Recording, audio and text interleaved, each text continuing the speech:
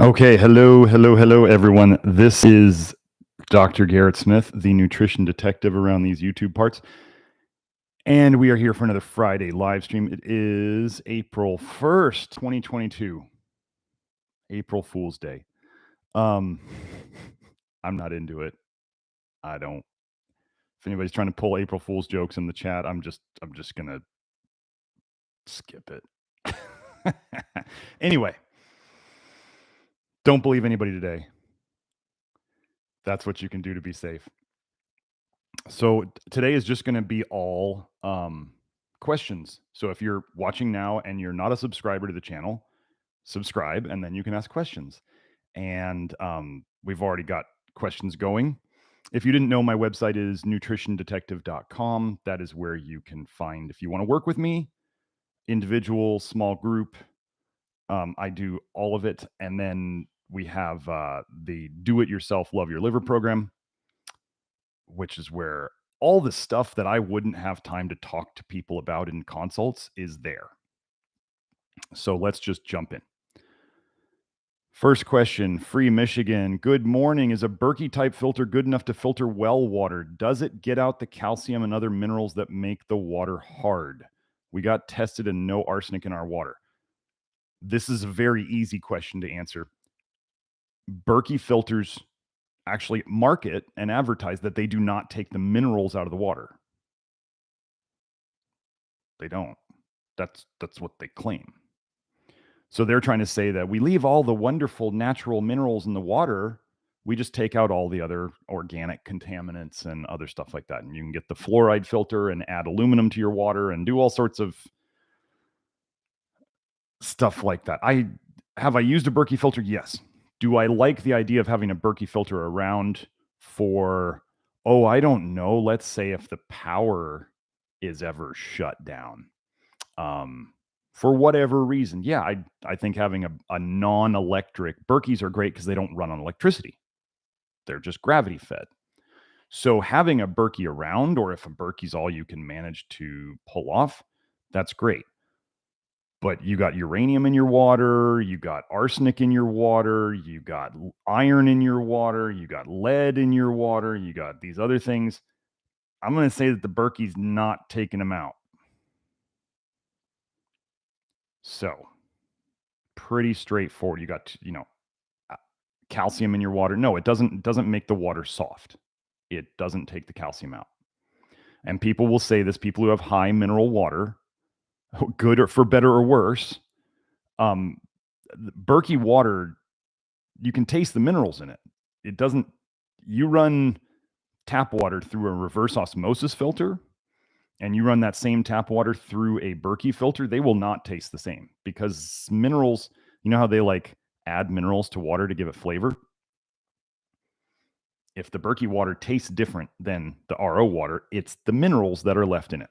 So I don't want to spend too much time on this one, but on a day-to-day basis, while you still have electricity, I would use a filter that takes out the minerals because you get your minerals from food or from proper supplements. You don't rely on water for your minerals, especially when all the water is toxic. I just saw something the other day. Where was it? It was something that's saying that like some huge percent of lakes and rivers and other bodies of water in the US are unfit for swimming. So even the natural bodies of water now are too toxic for swimming. And everybody's like, oh, you need natural spring water. And I'm going, no, I'm not taking a chance on it. Are you going to test every single glass of water you drink? No, of course not. Make your water clean first. I don't care if you want to write love on the outside of your water bottle and put the good energies in it. I don't care. Do that, whatever. I know that poison in the water is a lot more important to get out than worrying about whether it came from a spring 2 miles underneath the ground. Okay. Are there poisons 2 miles underneath the ground? Possibly. Sure. Yeah. I mean, it's just, we live in a world, we are in a world that has been created as such that almost everything's poisonous now. The poisons always win. get more poisons out. If you want water, you're trying to drink pure water. If you want salt, you're trying to eat pure salt. If you want plant foods or animal foods, you want as little poison in them as possible. So, yeah. Okay. Cardicea, I don't know how to say that, but anyway, hello, does eating a caloric deficit / losing body fat help vitamin A detox? So this is everything requires context. Okay. Over time, we have people who do the vitamin A detox, and some of them just start dropping weight. I have a good friend who realized the copper water pipes in his house were poisoning him with copper, and he quit using the shower water and soaking his feet in that water. And within a couple weeks, he lost about 7 pounds. Copper is extremely estrogenic for all of you ex-Peters and protocol people. You're poisoning yourself with copper. I'm sorry. Go look up bioavailable copper on PubMed. There's like 2 entries. It's made up. Anyway, so he quit that. So just that, he lost weight. We have people who start getting off vitamin A and lose weight. Not everybody, but a lot of them do. Forcing weight loss. So I don't mean this in a bad way. I mean, because I started adjusting what I ate. I was 3 years into the vitamin A detox, and I hadn't really personally lost any weight from that by itself. Want to know why? Because I just ate too much, damn much. I just ate too much food. I've always been known in my life to eat a ton of food, and I got that, if you want to call it, the bodybuilding mental disease that we give our young men of like, you always have to be anabolic, which basically means you overeat all the time. I learned that as a teen, and I mean, I was good at it. In one summer, I put on 15 pounds of muscle and some fat. What was I doing with it? Drinking half a gallon of milk a day on top of whatever else I was eating. Gosh, milk put on fat? Milk is a growth food? Adults eating a growth food designed for babies get fat? Amazing. Right? I have a joke about this. It's kind of a joke, but it's true. So if you're an adult and you're done growing, so we can grow, kids can grow upwards and outwards, right? They can grow up and then grow out. If you're an adult and you're done growing up, what is the only way left for you to grow? If you eat a food designed for growth, more so than any other food in nature, it's called milk. What's the way you're gonna grow? Just simple logic, right? Losing body fat, if somebody was to force it and make it too fast, could they dump more toxins into their system? Sure, yeah, absolutely. Would that make things a little rougher for them for a while? Quite possibly, yes. So, I mean, what I did, I'll actually say what helped me with losing weight was Noom. I used that app called Noom, and I didn't need. I realized after doing it that I really just needed the some of the psychology stuff in there. It's amazing psychology. It starts to teach you about how broken our ways of thinking about food are. It's really actually quite good. There is a code for those of you who want to go and do it after this, and it totally works with the vitamin A detox. It is Noom 40, all caps, NOOM 40. And I think that's like 3 or 4 months of a subscription. And you got to weigh every day. You weigh yourself every day. You're supposed to track your food. You learn about what foods trigger you, what foods, I learned from this that sugar, I don't care where it comes from, fruit or not, for all of you people who are like, fruit is magical sugar and it's never bad for you. All sugar made my appetite go up. Didn't matter whether it was a banana or an apple or whatever. And so when I was trying to hit my calorie goals, sugar in any form made it harder. It It did. So I learned that. So what did I do? I could choose to eat more sugar and have more appetite, or choose not to eat sugar and have less appetite. Which do you think helps? Am I saying that all sugar is like something you should avoid forever? No, I'm saying for a goal like this, maybe don't eat sugar. So forcing weight could be a problem in terms of causing more symptoms for a while, but once that weight is gone, it should be pretty okay. Would a person have extra vitamin A stored in their body fat? Yes. I was just looking at a paper showing in especially women had more retinol binding protein 4 in their white adipose tissue, their body fat, than men did. Women also tend to be smoother than men. I like to put it in a nice way like that. Women are generally smoother than men. Women carry more subcutaneous body fat than men. They also make more retinol binding protein than men in that adipose fat tissue. If you haven't seen it, my video on this channel about how vitamin A is a major cause of obesity. And people say, well, what about glyphosate? Glyphosate slows down and blocks vitamin A detox. Weird that they're connected like that, right? It's all connected. So I wouldn't force it. I mean, if somebody is significantly overweight, is losing weight going to be a positive thing overall? Yes. Absolutely. Just don't force it. And if you're going to go do Noom, set it on the slowest weight loss. Do not set it on the fastest. It's too low calorie.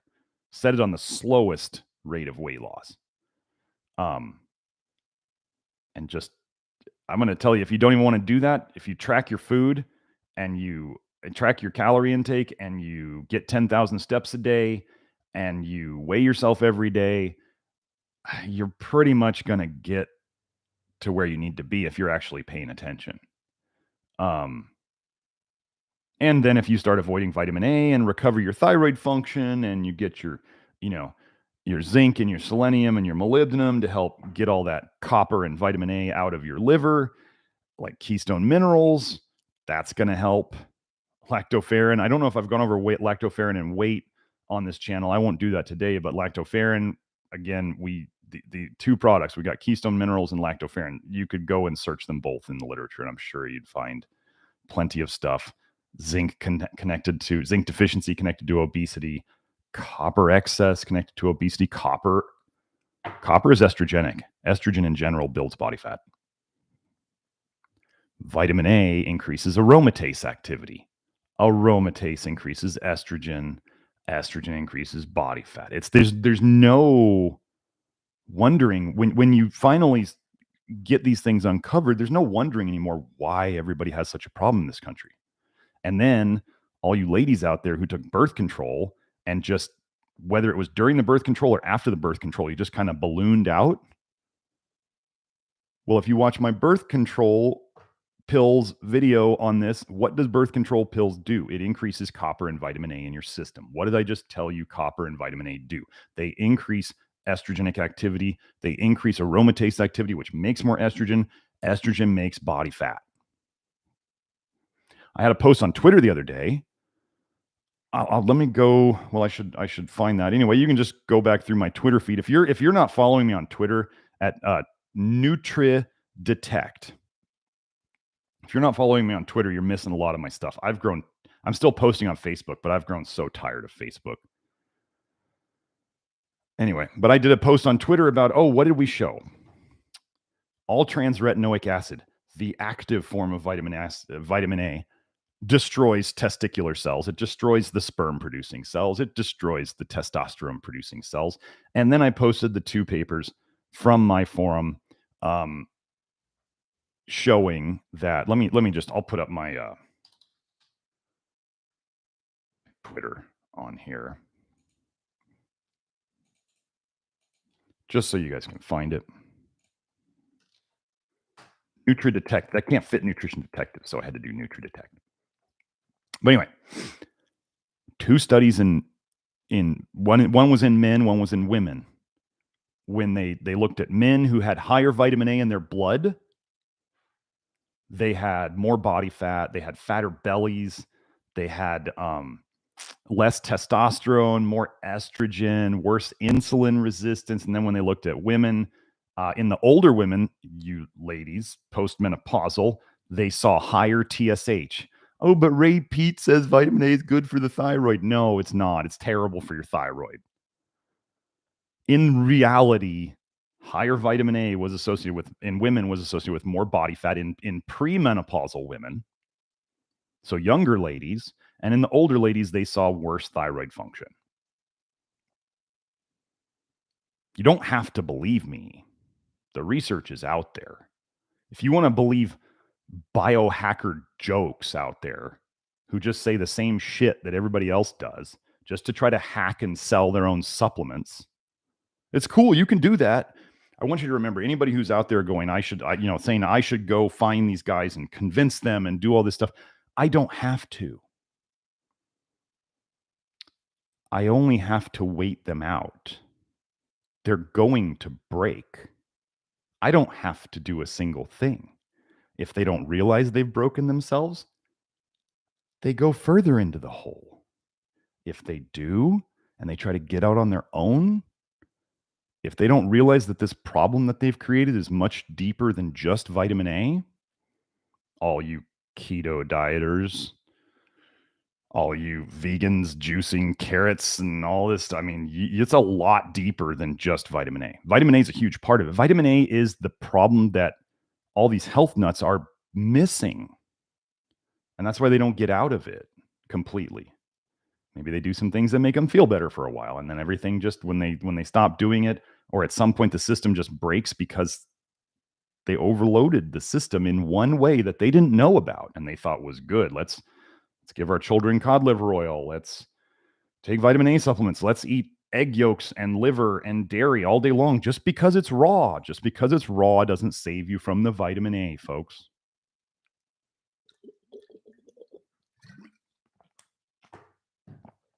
Why do you think colostrum's yellow?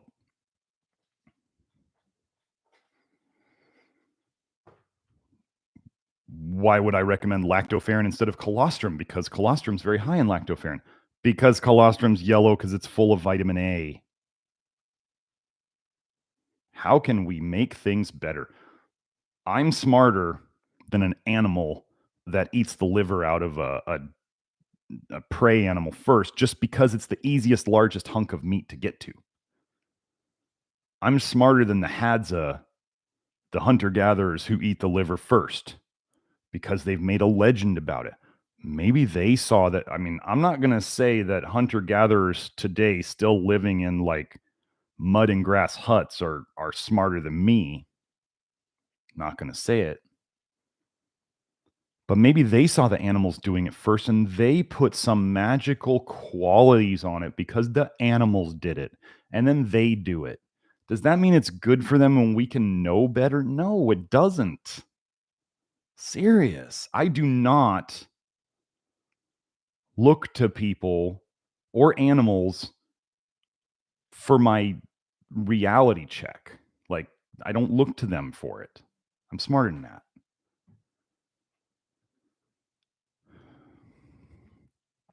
Apocalypse says, I took magnesium oxide to help with regularity. It made my sleep much better. Does this mean I am deficient in magnesium? Yes. I've been using some topical mag chloride, but it doesn't improve sleep. There's a couple things about here. This is why I talk about multiple forms of things like potassium and magnesium on my in the Love Your Liver program. So, sleep problems are absolutely related to bile. When you tend to wake up in the middle of the night and you can't go back to sleep, you dumped bile. Geez, it's weird that like the liver is in Chinese medicine, the liver's 11-1, and then the gallbladder's like 1-3, and then people tend to wake up 2-4. What do you think might have happened with that little liver and gallbladder buildup and then bile dump, and then you wake up a little bit after that? Because things have to percolate a while. So now let's think about this in terms of pooping. What is the best way for people to get rid of bile? because you want to get rid of it. If you think of bile, if you just think of bile as toxic, you're further ahead than 90% of these so-called health experts out there. Just think of bile as toxic and you want to get rid of it.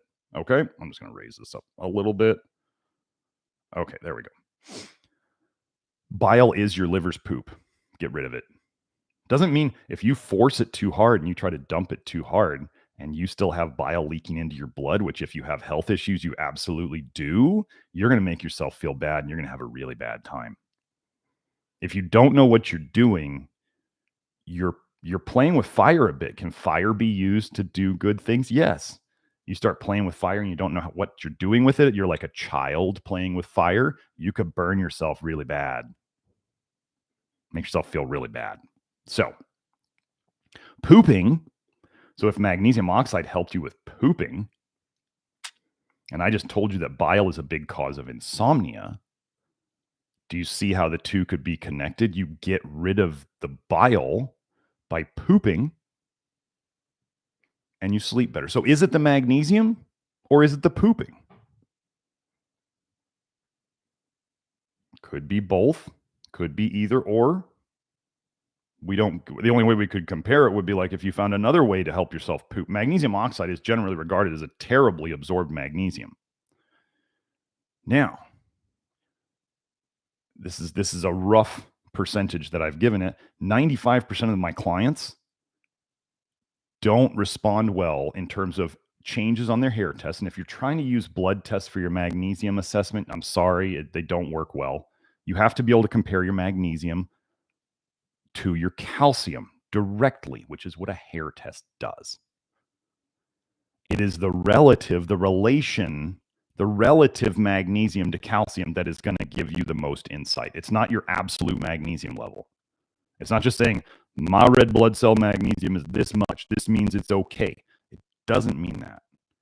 You need to see it relative to your calcium, and that's what a hair test does. So,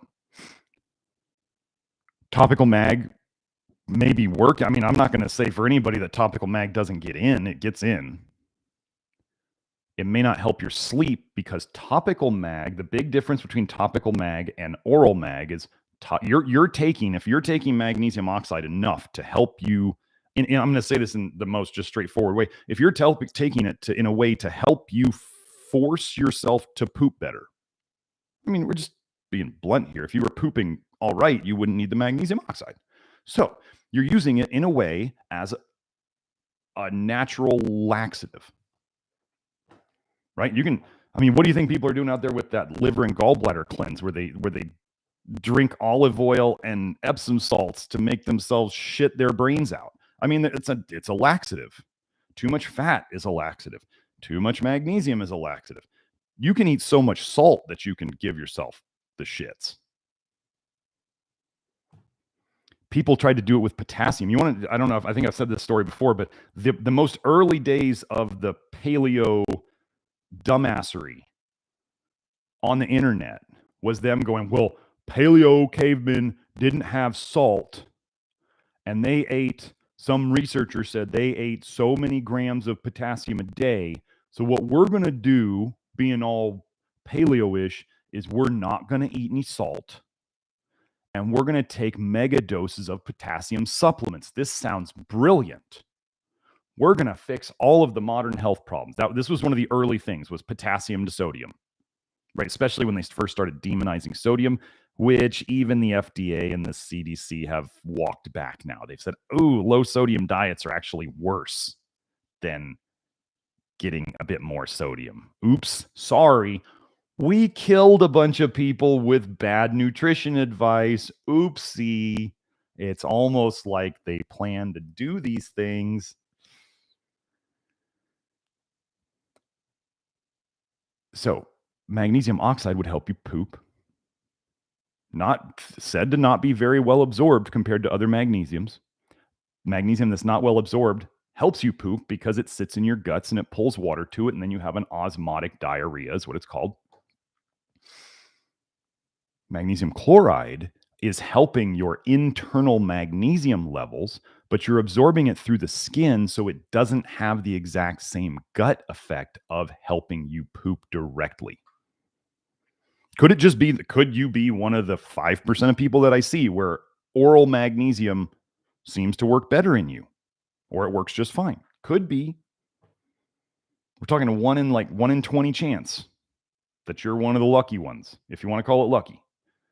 But there's different mechanisms at play here. We couldn't know unless you did something like you figured out another natural way to get yourself to poop, and you compared it to the magnesium oxide in the sleep versus the magnesium chloride. I would still do the magnesium chloride.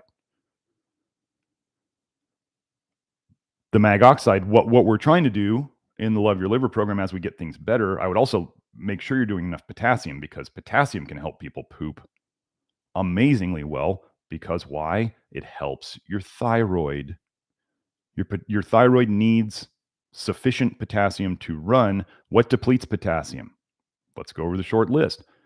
Vitamin D supplements, vitamin A toxicity, copper toxicity. And if somebody's already either really, really potassium deficient and they take magnesium, they can show their potassium deficiency symptoms. The solution is not less magnesium. The solution is more potassium and less of the poisons I just mentioned.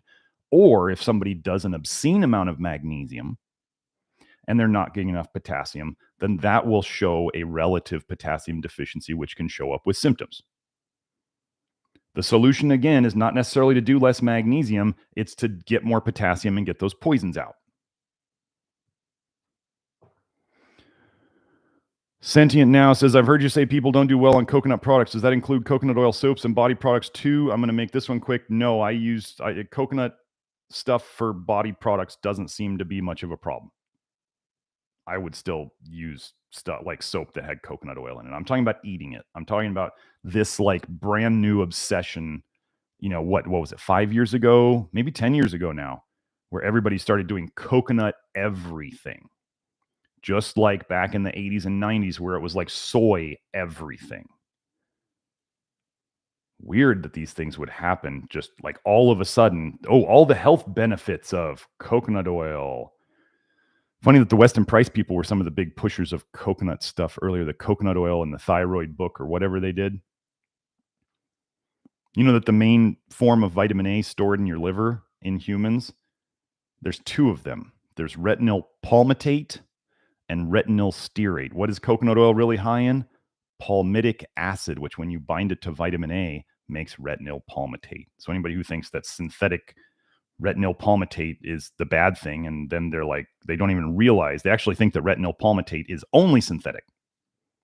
They're like, oh, that's a drug. That's a bad vitamin A. No, that's the main vitamin A that's floating around in your blood and your liver. It's the main form of vitamin A that's in cod liver oil.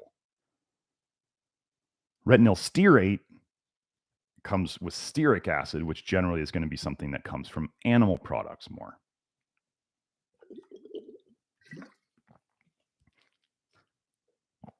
So Make My Music said, Free Michigan. From what I've heard, Dr. Smith is not a fan of the Berkey water filter. He will probably elaborate on why and when he answers. Yes, I did. Mr. says, is it true that you should eat carbs before protein because carbs digest faster?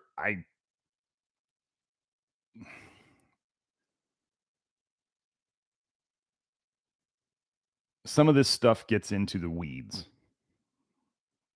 Perfect is the enemy of good. Like people could do things all day long. Like the whole, I am a fan of beans for people who tolerate them. But the whole like Karen Hurd thing of like eating beans, what is it, every hour, like a tablespoon or two of beans every hour? No, just shoot me. Stop. I'm never going to do that. I have a life. I want my clients to have lives.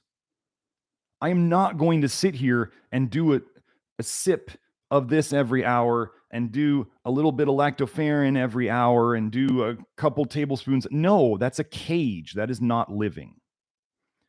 So obsessing over when can I time my carbs with my protein, and this is like OCD, like healthorexia Like, no, I don't. Here's what I'll say. Eating one food at a time, you will always feel like you digest better. No doubt. No doubt.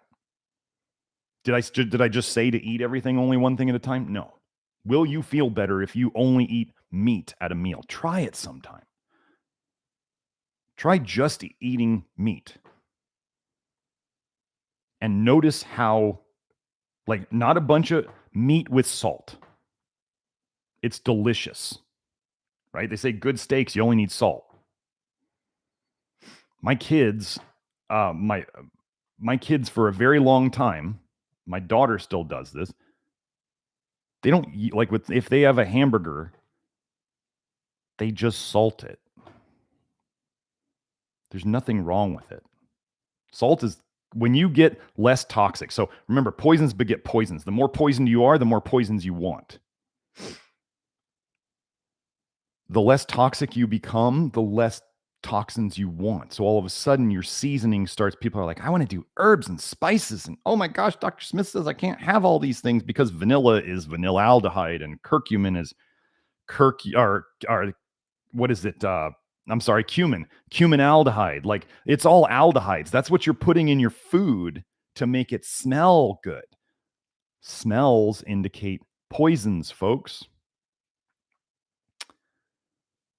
Anyway, if you eat one food at a time, if you go and you eat just rice, you're probably going to feel really good. You start mixing rice and protein.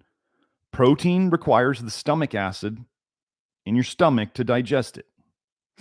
Rice requires an alkaline environment and all those pancreatic enzymes down in your intestines to digest and absorb that.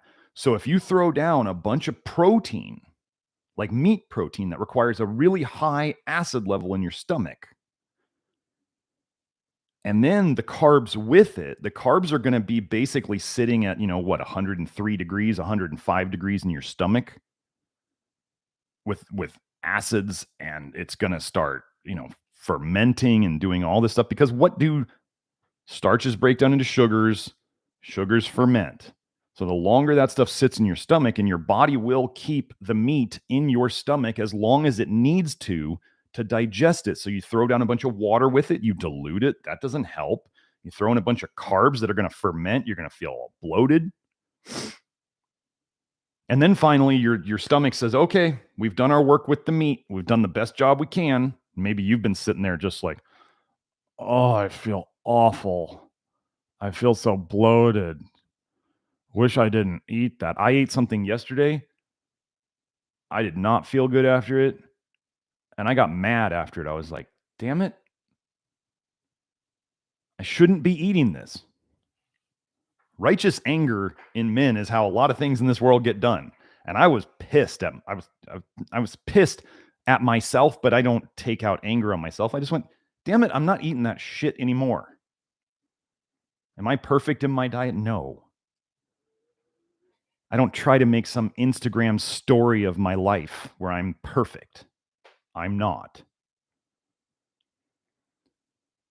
So, but have I recovered all my health, and am I in like the best shape of my life? And, my brain's still working pretty good. Yeah, everything's going really good. So I'm not too worried about that. But anyway, try eating one thing at a time. You'll feel better. Then that may help adjust how you decide to plan meals. Like I know that if I have, let's say, a beef stick and almonds, I can go work out like half an hour later. Oh, this is the best tip. Eat like you're going to work out in a half hour. My buddy told me this. Eat a meal like you're going to work out in a half hour. You going to do that after Thanksgiving dinner? Probably not. You going to do that after your big pizza gorging? No. But when he actually, that would have been a great thing for me to remember. See, I still forget these things. Sometimes I realize I've learned so much about vitamin A. I go back on my research forum, and I'm like, I see a post I made, and I'm like, I don't even remember that. Oh my gosh. That's true? Oh, because I was looking for something like that, and I'm like, "Oh, cool. That's what I thought was happening, but I didn't remember it." So and I have a pretty good memory. Um, eat like you're gonna have to work out in a half hour. That will clean up your diet. It will help prevent you from overeating, and it just helps everything. So, I mean, I know certain food combinations I can eat together, and they do just fine, and some of it's just the amount. We have a lot of people who pay attention to their bodies on the Love Your Liver program. They know that if I eat a quarter cup of beans at a meal, I feel fine. But if I eat a half a cup of beans at a meal, I don't. Okay, deep philosophy now. Doc, it hurts when I do this. Then don't do that. Is a quarter cup okay? You feel okay? Sure, great. Okay, go ahead, do that. Half a cup feels bad? Don't eat half a cup. Fill in your meal with something else. Oh, but you said beans were so good. Doc, it hurts when I do this. Then don't do that. I am one of the few people out on the internet, on the wild west of the internet, teaching people how to listen to their bodies. And we have tons of helpful people on the Love Your Liver network who remind people of this. It doesn't feel good when I do this. I took too much zinc and oh my gosh, I didn't feel good. Take less. Oh, I took less and I still didn't feel good. Take less.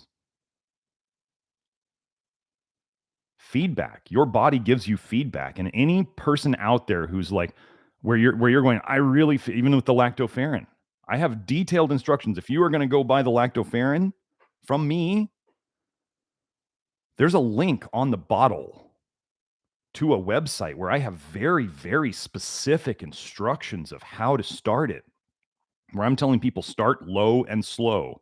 And if you don't feel good, back off.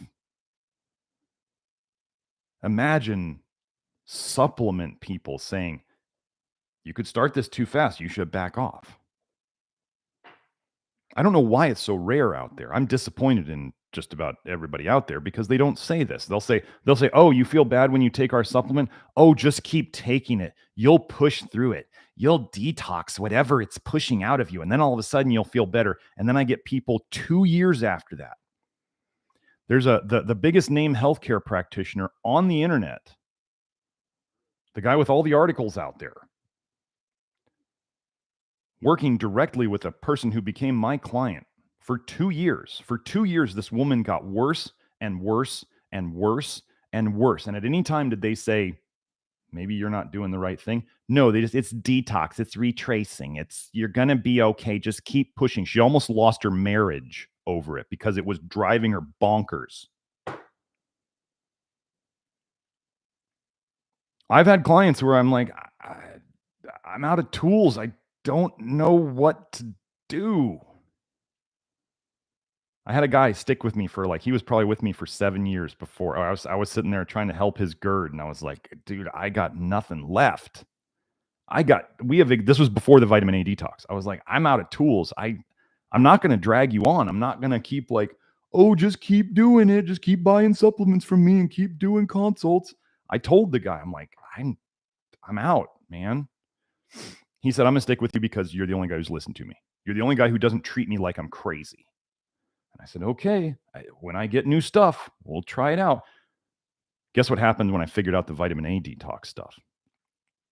Turns out he took Retinyl as a teenager. Turns out he grew up on an orange tree farm.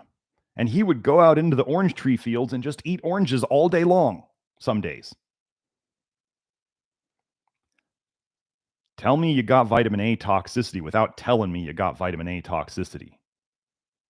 Right? We started working on it. His GERD got better. I mean, this guy was down to eating 5 foods a day. He couldn't even drink water without getting heartburn.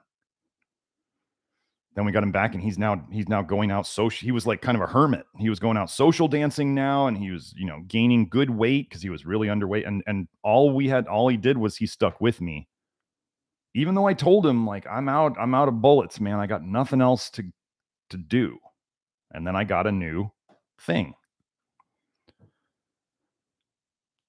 So, but don't paint. I've had people come to me where they listen to Ray Pete and they listen to the GAPS people and they listen to the autoimmune protocol people and they come to me, and I had a guy seriously call me. This is why perfect is the enemy of good. I've had people come to me, they can only eat potatoes. I've had people come to me, they were only eating mostly mangoes. I've had people come to me, they can only eat rice. I've had people come to me, they can only eat beef. This is not sustainable. They know it's a problem, but they don't know how to get out of it. Don't paint yourself into a corner with too many dietary restrictions. You have to eat. What's the best way to get unhealthy and die?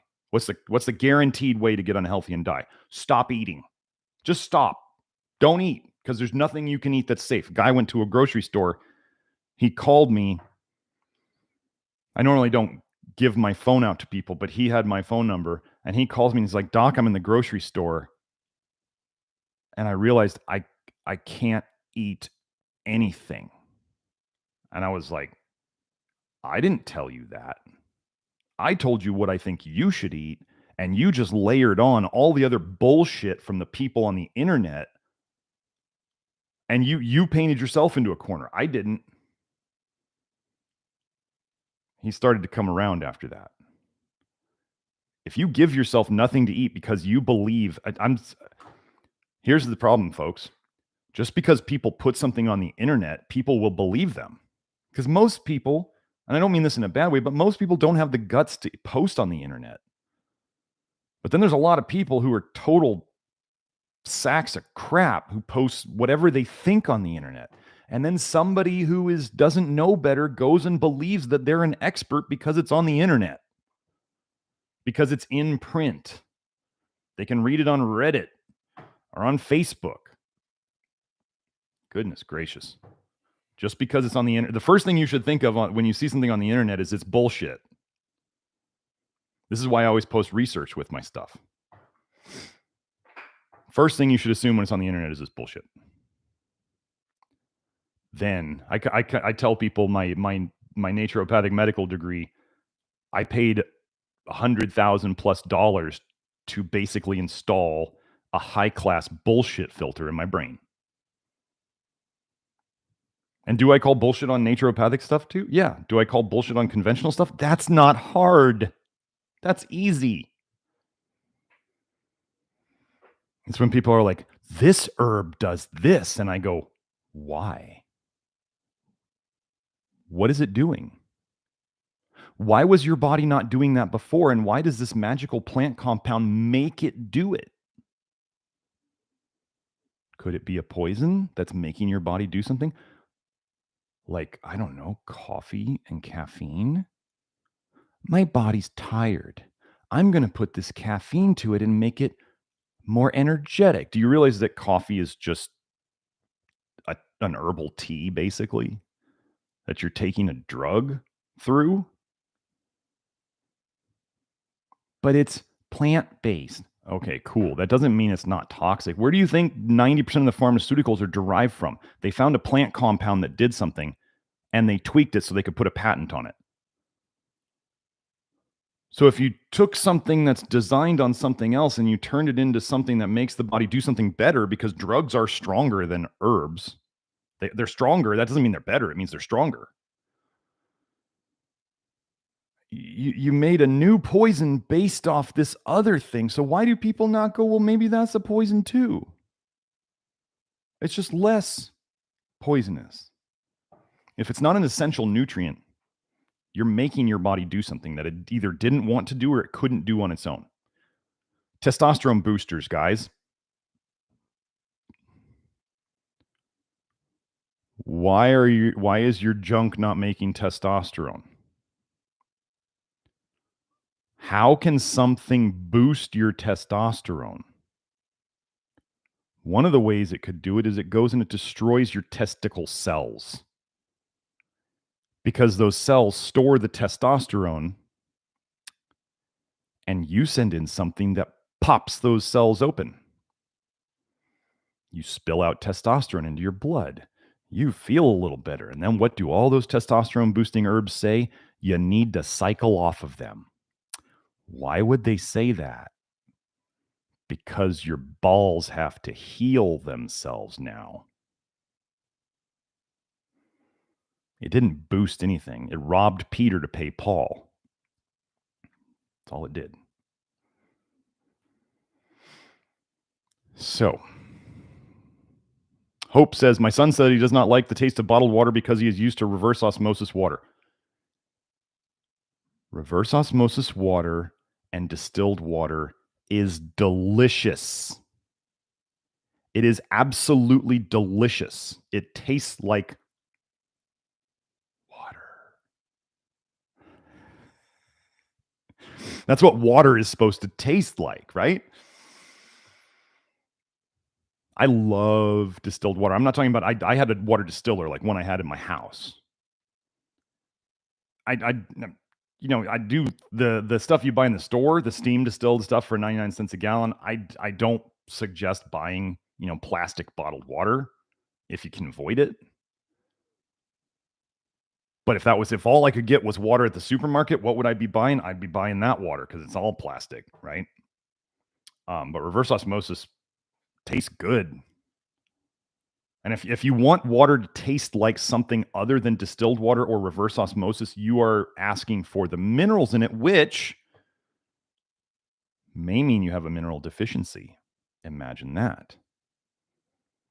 If you fix that mineral deficiency, you wouldn't want or need the water to taste that way. What do I work on in my practice? Fixing people's minerals. What water do I like?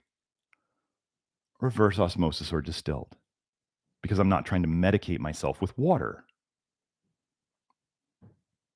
Pretty cool, right? Julie says, any benefit to a nattokinase supplement? I have some from before being an LYL member and don't know what to do with it. It's fine to take.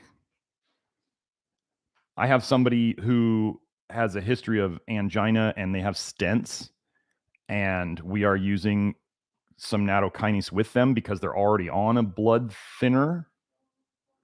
So there's times and places for it. I mean, the goal would be to not need it, but like with a stent, you put a stent in there, you've put something in there that the body doesn't want there. So we may have to, quote unquote, medicate around it, right? Get the body to make things slippery when they go by that thing, or they will grab onto it. So nattokinase, I don't think it's a problem. I don't know of too many negatives to it, but again, just think you're taking that to make the body do something that it either can't do itself or it doesn't want to do itself. We don't make nattokinase. So, up to you. I would definitely watch it and see if you feel better on it, or worse, if you don't feel better on it, then it's not really doing much to make the system run better. And if it makes you feel worse, then absolutely don't take it. If it makes you feel better, then you'd want to think, what is it doing? Why do I feel better when I take this? If it's affecting your clotting cascade and you're clotting too much too often in the wrong places, there's a cause to that. Same way we approach anything. Mr. Sales Rock says, what do you suggest to lower your EMF sensitivity other than lowering your copper? Well, I'll just endorse it here. I really like the Vortex Bioshield EMF products. I have used them. I have had clients use them. The feedback is very positive. I think they work. My phone doesn't get as hot when I use it, when those are on it. Phones are putting out microwaves. So if your phone's getting less hot, something's happening in a good way. They don't block EMF. They don't claim to block EMF. They don't reduce EMF. They don't claim to reduce EMF. They're claiming to kind of harmonize it. And I can tell you, I can feel it. Something is going on. And they're cheap. They're not like these stupid, like $5,000 pyramids you put in the middle of your house. I don't have money for that bullshit. Vortex Bioshield, you can buy they're $20 each, $30 each. You can put them on every single modem, phone, PC, whatever you want to put them on, and you will feel better. Iron overload is the other thing that I would work on with EMF. Electro is the copper, magnetic is the iron. So having too much iron in your system would make you too magnetic and would make you probably vibrate when you get around EMF stuff, and you would not feel good. So those would be the biggest things. Those are the things, I mean, if somebody were to ask me, how did I get rid of my EMF sensitivity? I talked about this on Lloyd Burrell's podcast, Electric Sense. I went over this. But copper and iron would be the biggest things.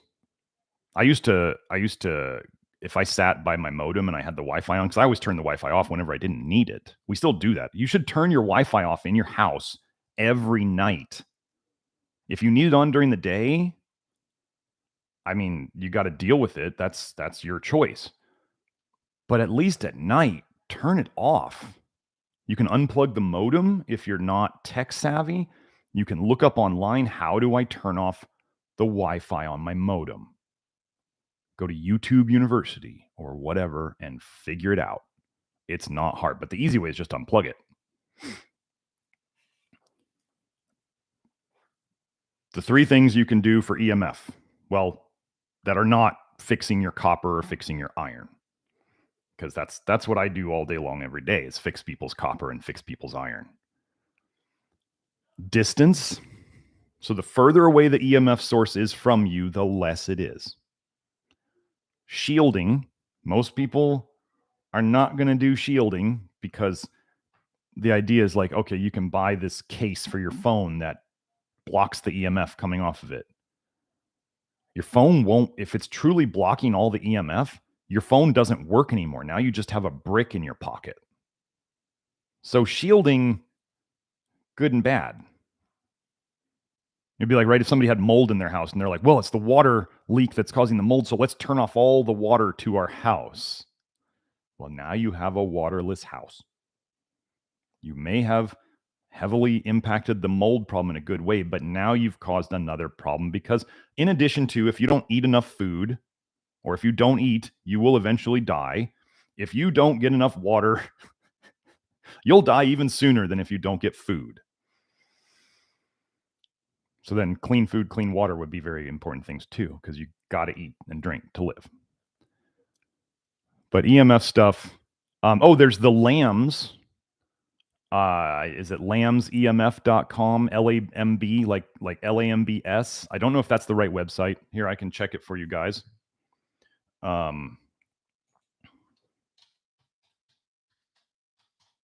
me see if that's the website. I don't think that's the website.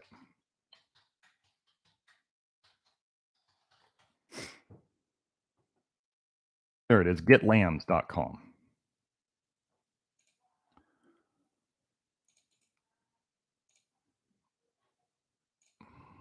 Where is it? There it is. Anyway, they put silver, they weave silver into the clothing so that it's actually shielding the EMF from hitting you. So they have beanies. I bought the beanie. I wasn't a huge fan because the liner in it, that's the silver stuff.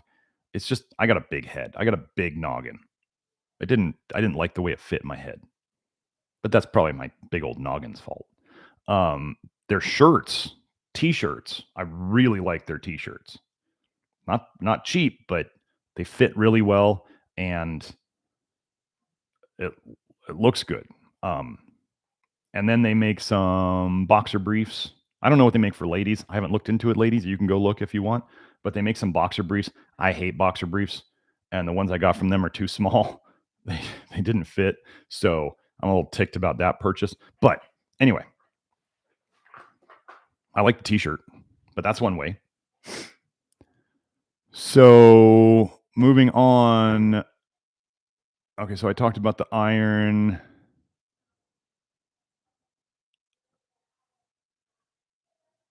Who's posting about? Okay, so I'll answer this one. I make my music. Made a couple comments here.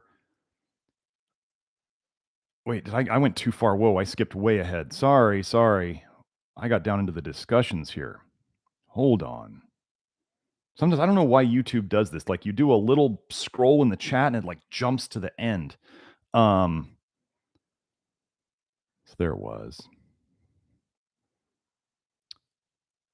How is it that you think a higher fat carnivore diet is not appropriate? I don't see how we evolved eating rice and beans. Please explain.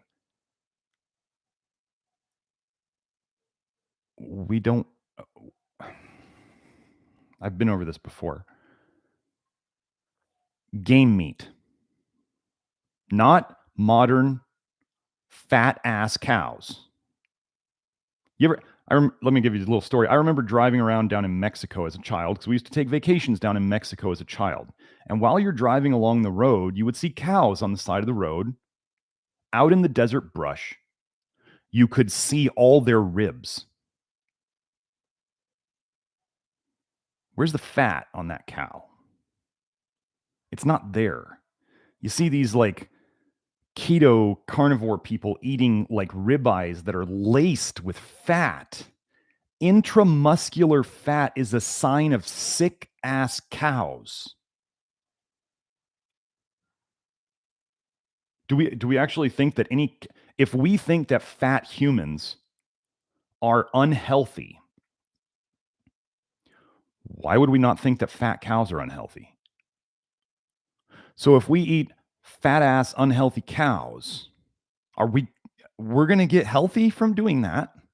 This is the way to health. Eat animals that got fat. Okay, so just game meat and natural living cows are lean as hell. That's nature. Nature is lean. So all of a sudden, there goes this big magical fat legend myth thing from the whole keto thing. Let's take out all the processed fats. Let's take out butter. Let's take out ghee. If you didn't know, read Little House on the Prairie. Read their diet. What were they eating? Tons of fat? No. Somebody might say, well, they had some butter. I'm going to tell you a little secret about dairy and butter. If you take milk and you make butter, what kind of milk do you have left? Skim milk. Skim milk's terrible for you. So what did they do? They fed it to the animals. What have they shown in pig research that skim milk helps pigs to do? It fattens them up. Does that mean it's healthy? Wait, it makes fatter pigs? Awesome. Unhealthier, fatter pigs, which are not natural either. So let's just get the whole like fatty animals out of the way. Or we could talk about when what was it, the Lewis and Clark expedition, where they were going across up on the West Coast, right? I could be wrong on aspects of this here, but there was the guys who were almost dying of, or did die of, rabbit starvation. As in, they were only eating animals that were extremely lean, natural living animals. And they were so lean that they almost or did die. The idea that in a natural living diet, if you want to talk about evolving, the idea that there's a ton of animal fats out there to be had is ludicrous. It's ludicrous. So then let's get into the other things that we could have been eating. Fruit, not much fat there. Vegetables, not much fat there. Beans, not much fat there. Grains, not much fat there. Nuts and seeds. Are we going to, like, if anybody brings up avocados, I'll throw an avocado at them, because the idea of like people having avocados around, like Mexico just said there's about to be an avocado shortage because of fertilizer. What are all these keto people going to do without their guacamole?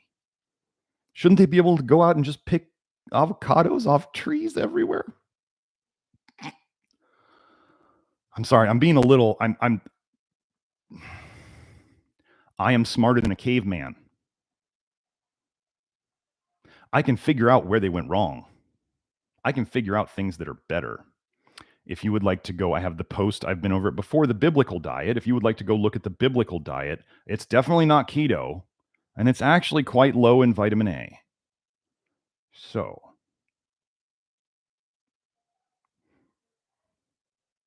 oh, and Eskimo Inuit who eat too much fat from the animals they have up there actually go crazy with pibloctok, which is they call it polar hysteria when they eat too much vitamin A from the seals and the polar bears and the fish, and they go bonkers.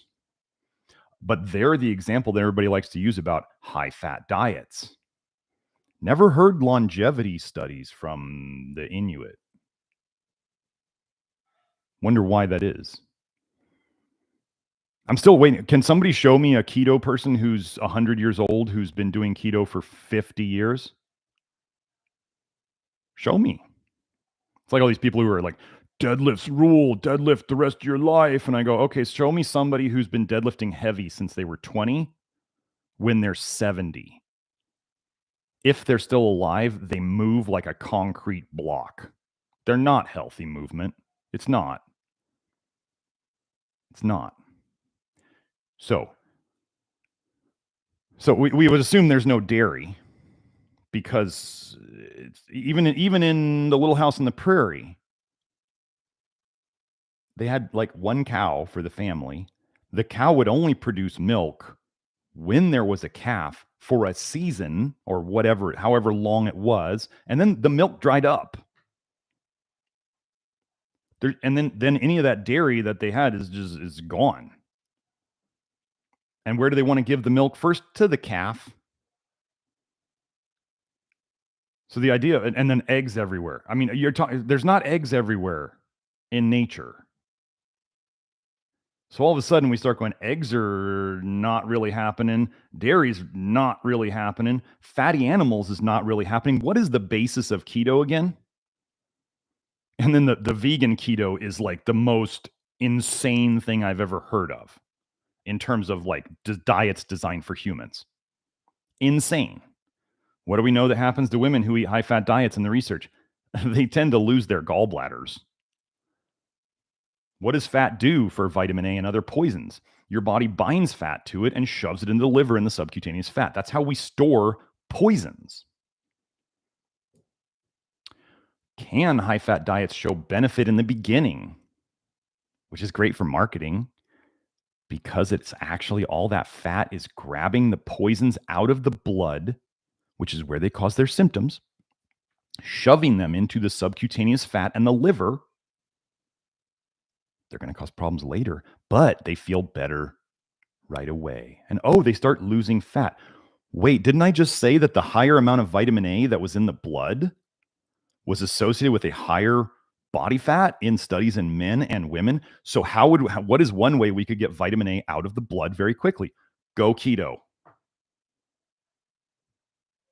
That's how we store vitamin A. Put it in the liver, put it in the body fat. I feel better. I'm losing weight. Da da da da da. And what happens a couple years or not even that long later? I had a guy, he was driven hypothyroid on keto. He like totally went hypothyroid. He started doing my stuff. He's like, I got off my thyroid medicine in a couple months. Now, guys get off of it easier, ladies. Ladies have more body fat. Ladies store more of this toxicity faster. And generally, from everything I've seen, is when most ladies, when they go on a high fat diet, it's a disaster. Why would that be? What do we know from the research? Men make more bile than women do. So they can manage all that fat better. Does it mean it's better for them? No. Just means they can handle it better.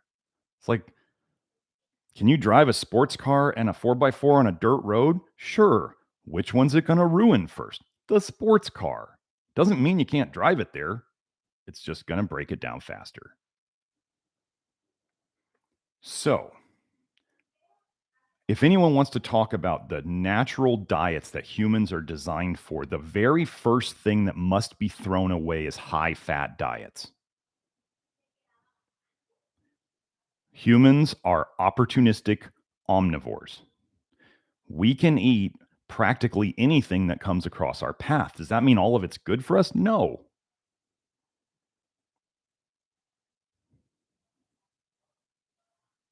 Can we use this to solve the problems? You remember like Atkins used to be really big and I mean low carb. Really, let's think about this. If eating all meat and high fat was the way, this is the way for humans to eat. Do you not think that we could have freaking figured this out about 500 years ago? I mean, really? Could we not have figured this out about 500 years ago? And people are like, dude, it's just and ostracized, like socially ostracized anyone who didn't eat this way because it was like so obvious that we should eat this way. Why did keto only come about recently when we've had fat ass cows and tons of industrialized processed fats to eat? Somebody's got to eat all these fats, the company says. It's going to be you. We're going to tell you it's good for you. So, yeah, I might have gotten a little salty on that. High-fat diets look good short-term. Many diets look good short-term. Poisons look like they help short-term. Long-term, they go bad. Hey, maybe if any of you tried keto, tried nose-to-tail high-fat carnivore, tried high-fat vegan, and it was a disaster, if you're watching this live, post it in the chat. If you're watching this later, post it in the bottom. Let's say you even want to tell a story of where it was amazing at the start and you did it long enough and it all fell apart for no seeming reason. Post it so other people can see it. Don't hide it from the world. We all make mistakes. I got here because I've made most of the mistakes. I did paleo. I was high fat for like a long time in general. And then people will say, well, you were too high carb. And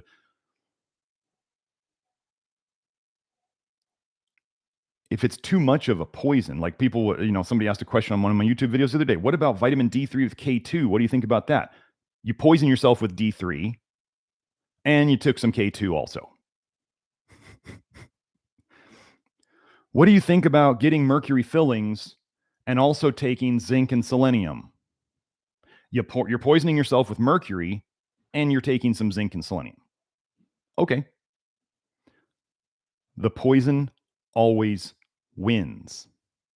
The problem is the duration paradox, which is a term I came up with, is that the short-term effects of poisons in studies, whether it's a cell study or whether it's like a 1 week long study, like the 10 or 14 day boron study where they saw testosterone go way up in 10 or 14 days. And then you start looking at the studies that I pull up and we start seeing that boron accumulates in the testes and the liver and over time tends to lead to infertility. And then I teach you about the duration paradox where these things look good short term. Oh, also in Iraq, in like the Middle East where they did these studies, it's been known that in very dry climates, there's actually less boron in the soil. So they would be boron deficient from the start. Boron deficient, because boron is not an essential nutrient. And then they gave them boron and they saw a big effect. Weird that they picked that part of the world to do it in, right? They saw a big effect, big positive effect. But then the rats and the mice, they go sterile because boron is a toxic metal that accumulates. And if you don't understand the duration paradox, you don't get to catch this. But vitamin A looks good in short-term studies. You want to see the long-term studies? Go watch the vitamin A deficiency doesn't exist video on this channel. They said that vitamin A deficiency existed for decades in South America and Central America, but nobody thought to do anything about it because it didn't cause a problem in the people. But my vitamin A. No. It's a joke. It's a lie. It's a fraud. It's a hoax. You've been duped. You're being poisoned.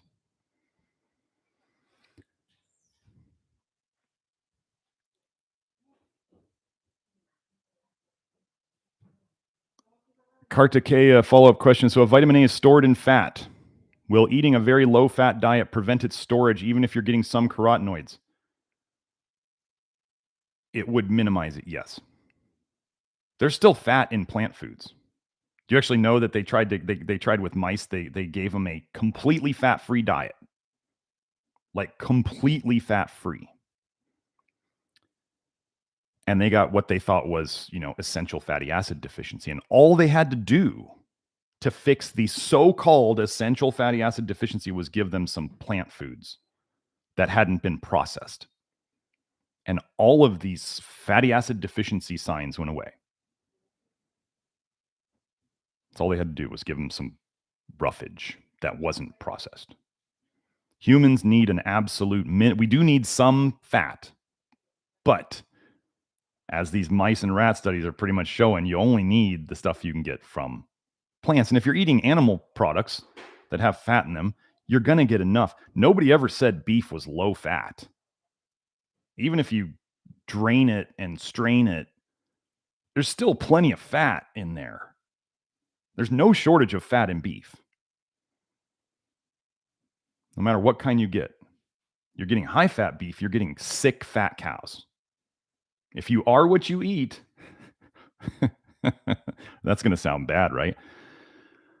If you eat sick fat cows, you just may turn into a sick fat cow. Just saying.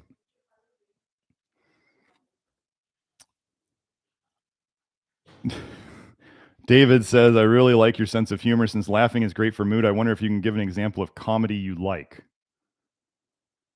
Oh, man.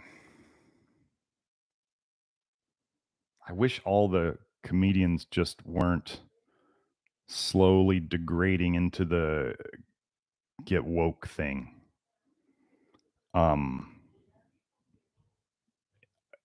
Entertainment has just gone so terrible. I do just some quick things. I'm thinking of the movies that I own, that I've owned for a very long time.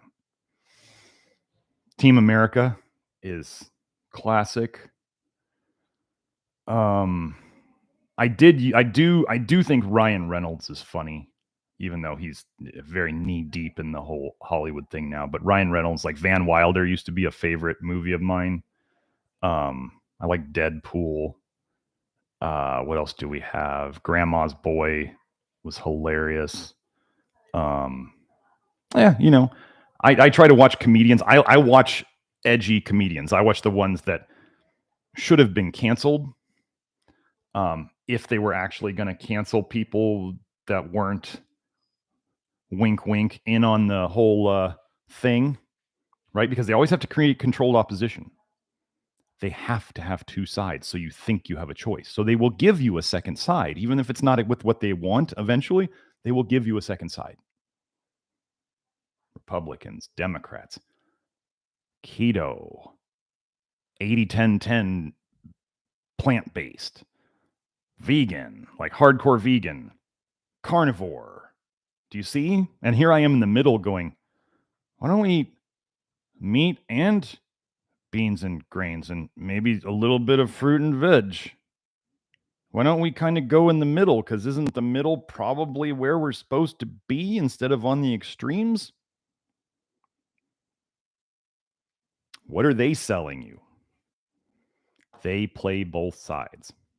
So even when you see comics, like let's say Dave Chappelle, who was supposed to be canceled because he said some bad things about some people who are very, they have very high mental health awareness. He never got canceled. South Park never got canceled. Can you imagine? South Park never got canceled. Do you know how many theoretically unforgivable things that they've said on that show and they never got canceled? Alex Jones has never had a protest at his office. Isn't that weird? Alex Jones' parents were probably or were in Mossad. Weird that he's never been canceled. Weird that South Park never got canceled. Weird that Dave Chappelle never got canceled. Weird that Joe Rogan never got canceled. Gosh, do you think they might be allowing them to stay? And they only use the cancel hammer against people they don't like or that don't follow the steps that they want them to follow. So, but in terms of jokes, I kind of, like most things, like even health, I tend to do my own thing. I'm big on dad jokes. I'm big on puns. I'm big on just pointing out the lunacy of all the stuff we're living through today. And I remember reading a book. It was called Deep Survival. And it was about people who survived things that they weren't supposed to survive. And one of the things that they said in there was humor.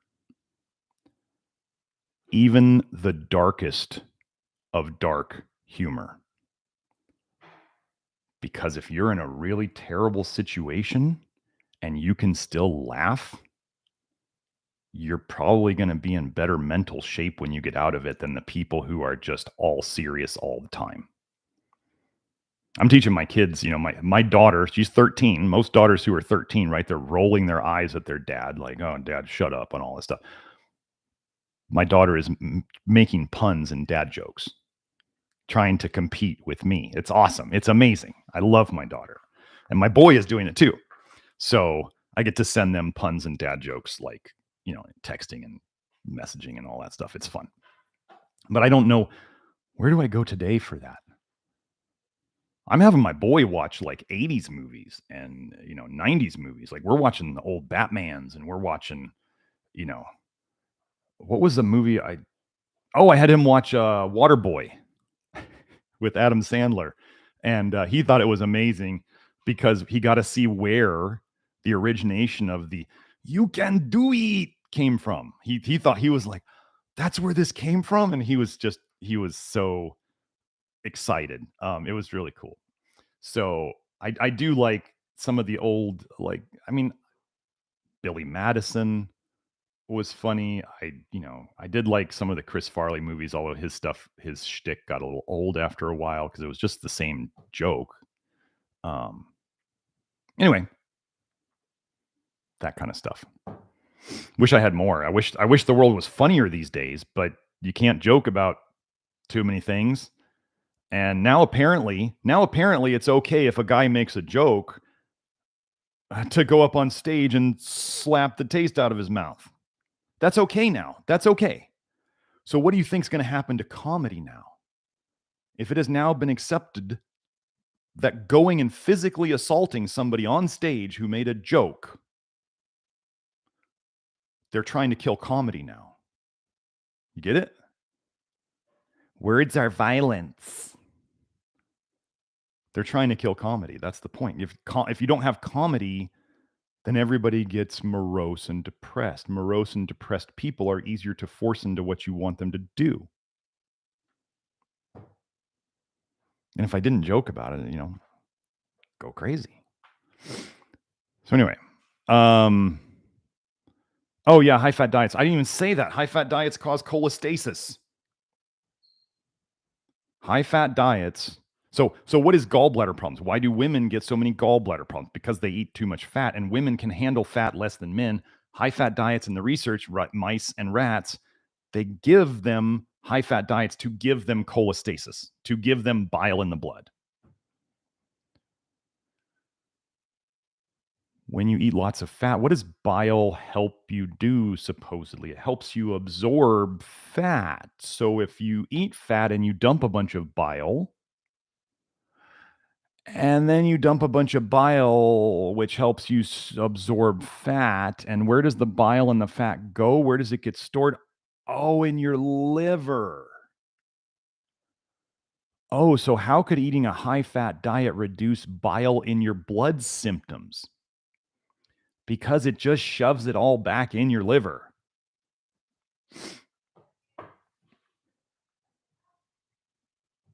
There's the cholestasis problem. So I can't see. That didn't even cross my mind at the time. So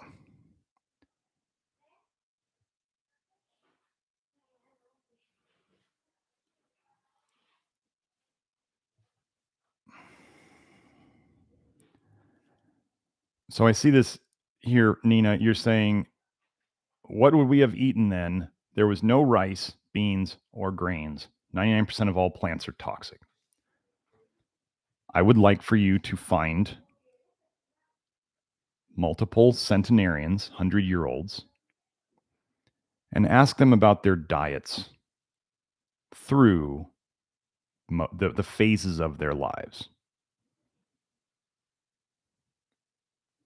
Why do we have molars? You know, these flat teeth back here? Those are not good for chewing meat. We don't have wolf teeth. We don't have, John. I look at the incisors. They're like in line with the other teeth. We don't have claws. Like, just imagine us without knives. Without sharp knives. Or just sharp rock. We could sharp rocks. Okay, they'll say sharp rocks. Could you imagine processing an animal with just sharp rocks? You'd just be sitting there all day, just one or two people just cutting up an animal. And did that work? Yes. But we have the ability, we have a stomach with high stomach acid to digest meat, and then we actually have a fairly long intestinal tract where we can digest plant foods. Maybe we were designed for both. We have forward-facing eyes so we can hunt, right? But the idea that we are completely designed to process wild animals without claws and big teeth to just rip hunks of things off, I don't buy it. Are plants toxic? A lot of them are. That's what I talk about. But if people want to keep doing a high-fat diet, I'm going to tell you, can you get better doing a low vitamin A, carnivore, all muscle meat, no eggs, no dairy? Can you get better doing that? You can improve a lot. What happens to when you don't eat any soluble fiber? And from what I've heard, all muscle meat carnivores don't poop that much. I mean, what are they going to poop out, right? They'll say, well, you digest so much of the muscle meat, so you don't have to poop much. Where is that bile going to make its way out of you then? The bile that people are toxic from. If it doesn't have a way out or something to bind to in the poop, you're not going to poop much of it out. I just think that the whole argument of black and white, I mean, boy, you carnivore folks, when they're trying to take away all the meat right now, they're killing all the birds because of the supposed made-up bird flu. Boy, you carnivore folks are going to be in a real rough spot if you think that all plant foods are toxic and that you only eat meat. You better get into cannibalism pretty quick then. That was a joke. I'll eat pretty much anything. If I have to eat, just think about this. If I've been depleting my vitamin A stores for 3.5 years now and I have to eat some high vitamin A foods, do I have plenty of room to store it? Yeah. Is it probably going to affect me as bad as somebody who's like, let's say, been doing high fat and shoving every little bit of vitamin A into their liver? And then what happens when they stop eating high fat? All that bile and toxicity in their liver starts coming out. And that's when the stuff hits the fan. What happens to keto people when they stop eating keto? And they start eating carbs. I saw Paul Saladino, the carnivore MD, sells his organ meat supplements and may be turning yellow.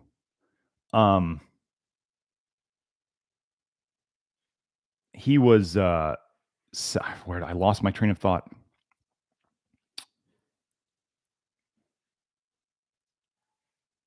Where was it? Forget it. I'm just going to move on.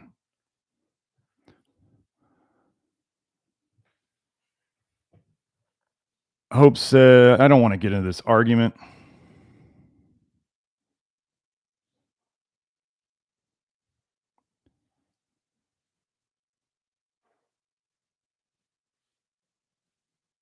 Allah says, Dr. Smith, I think you'd be interested in reading about James Salisbury and how he cured chronic disease in the 1800s with a low-fat diet and hot water, which he claimed cured toxic bile. Well, I will have to look into him.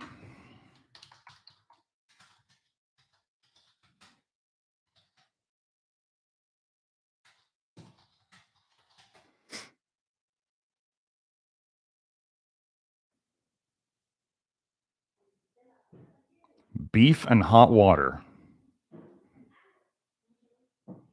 Oh, Dr. Salisbury's diet prescribed lean beef rather than fatty beef. Gosh, it's weird how these things all kind of come together, isn't it?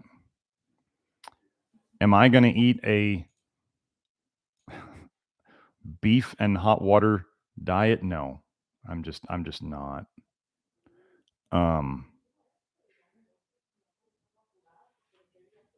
Let's see. She ordered his book, The Relation of Alimentation and Disease. A good neighbor helped her to do the diet by purchasing, grinding, and cooking all of her meals every day for 7 months until she was strong enough to do it for herself.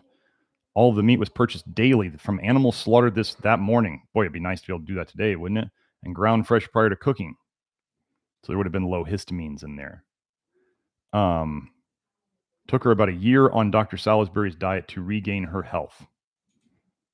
Well, for considering this woman was bedbound, saying she regained her health, that's something. It doesn't mean she's back to where she was for, when she was younger, but to be able to get out of bed is amazing. Beef and hot water.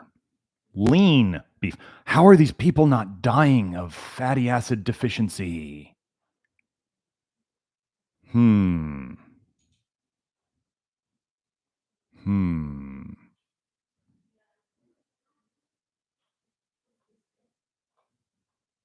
Read the free PDF version of Elma Stuart's book. Sorry, did I post this link? I think I did. Let me post this. Zero Carb Zen. Yeah, there I posted it. Here's the PDF. I have not read this yet.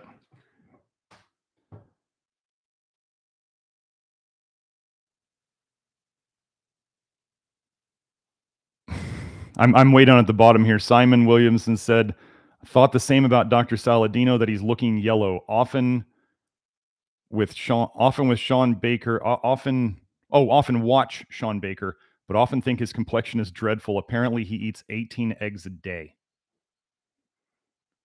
If you are what you eat, if you eat yellow things all day, you're going to turn yellow.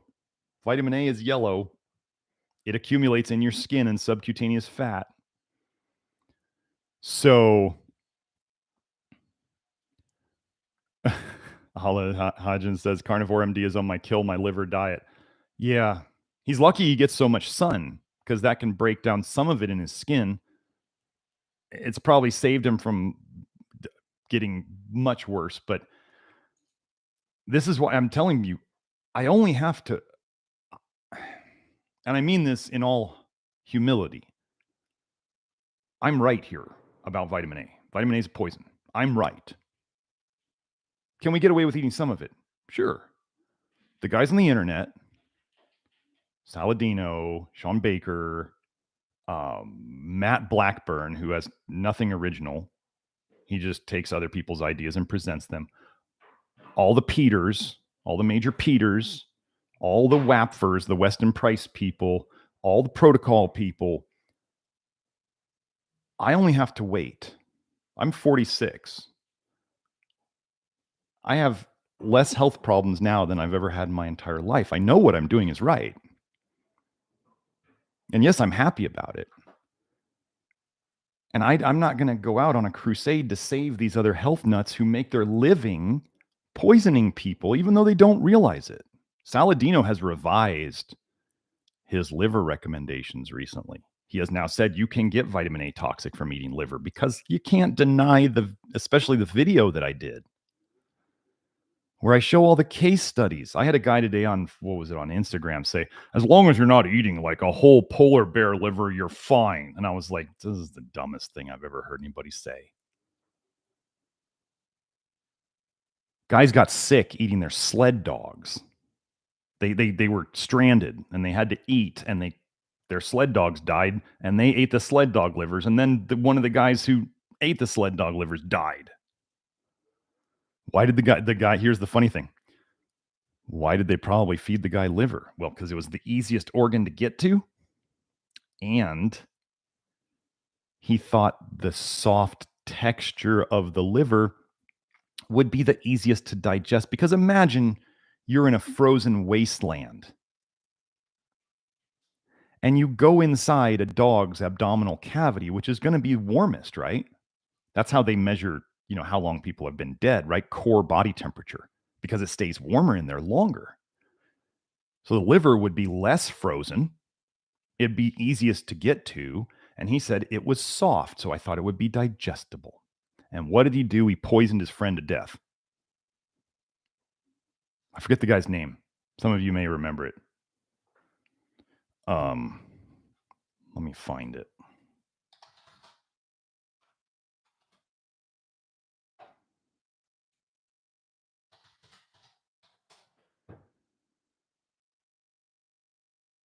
Oh yeah, here it is. It's in this. Here, I'll post this link.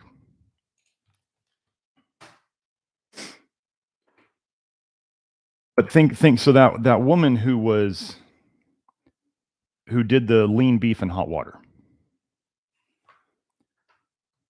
Am I totally against that? No, I mean, it just sounds like it went for me being healthy right now. So if those of you out there who are unhealthy and you're going, well, geez, this sounds good, I want to do this, I'm not totally against it. I've never been totally. Actually, one of the first articles that I read about vitamin A toxicity was by Matt Stone on 1degreehealth.com, and he was writing about some carnivore people who had been doing it for all muscle meat, not nose to tail. Judy Cho told me this, which was that all the long-term carnivores, the people who have been doing it 10, 15, 20 years, like this other lady who had been doing it 11 years when she wrote the PDF, the one that I linked in the comments, they're all only muscle meat. They're all only muscle meat. They're never nose to tail. Tells you something, doesn't it? Maybe they figured something out.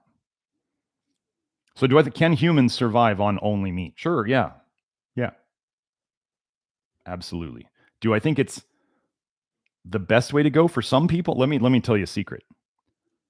Some people do better on lots and lots of meat. Not everybody.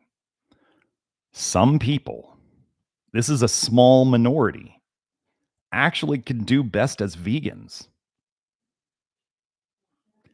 Everybody else is somewhere in the middle. You know what this requires that people don't want to do, and it doesn't sell a lot of books because it's not picking a controversial stance, is they actually have to think and use their brain and say, do I feel better when I eat more meat or less meat? Do I feel better when I eat beans, more beans or less beans? Do I feel better when I eat whole grains, more or less? And you know what I do, which is probably the most controversial thing of all, is I tell people, listen to your body, follow it. You know what's the cool thing is when people do this and they get to the point where they know what their body wants, then no bullshit in a book or a YouTube video or a movie or a documentary is going to change their mind. That's what I want for all of you out there.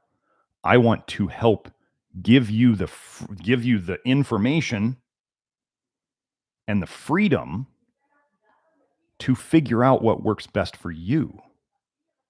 You doing it on your own may or may not work. Has it worked so far? If it's not working for you so far, and you're out there trying to do it on your own, you might want to hand over the reins. Maybe you're not the best driver of the car. That's just the reality. I don't do everything. I have multiple people helping me with things on the Love Your Liver network and with marketing and with others. I'm not good at everything. I absolutely delegate stuff. If you can't delegate, you're not going to get very far in life. You got to be able to delegate. You got to know when other people are better at things than you are. If you've been doing tons of health experimentation and you're not getting where you're going, you may want to hand over the reins. Maybe you should delegate that. And if you're here listening to this, that's what I'm saying. You delegate to me and the other people on the network to help guide you, and then you figure it out on your own. And then no one can shake what you know and what you have experienced. But do I think hot water, do I think that Americans, especially you drinking ice water, is a disaster for your digestion and health? Absolutely. Ice water is a disaster. Stop putting ice in your water. You want to know why? Hey, here's an idea. Why would Americans especially like putting ice in their water? You ever noticed how cold will make things numb? Right? Enough cold will numb things and reduce the sensation of things. What do we have all over our tongue? Taste buds, right? Which are attached to nerves. Cold water would dull your taste buds. Let's say they were giving you poisonous water. You ever noticed? You guys have done this? You drink the ice water at a restaurant or somewhere, and it tastes okay, and then it warms up and it's room temperature, and you drink it and it tastes awful. What's the difference between those two things? I mean, one could be the ice melting, but two is you weren't numbing your taste buds to the poison. So why would they want to serve everybody ice water here in America? Because your water sucks.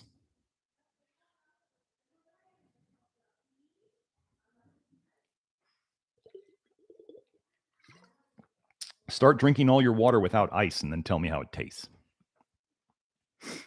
Probably doesn't taste as good as you thought.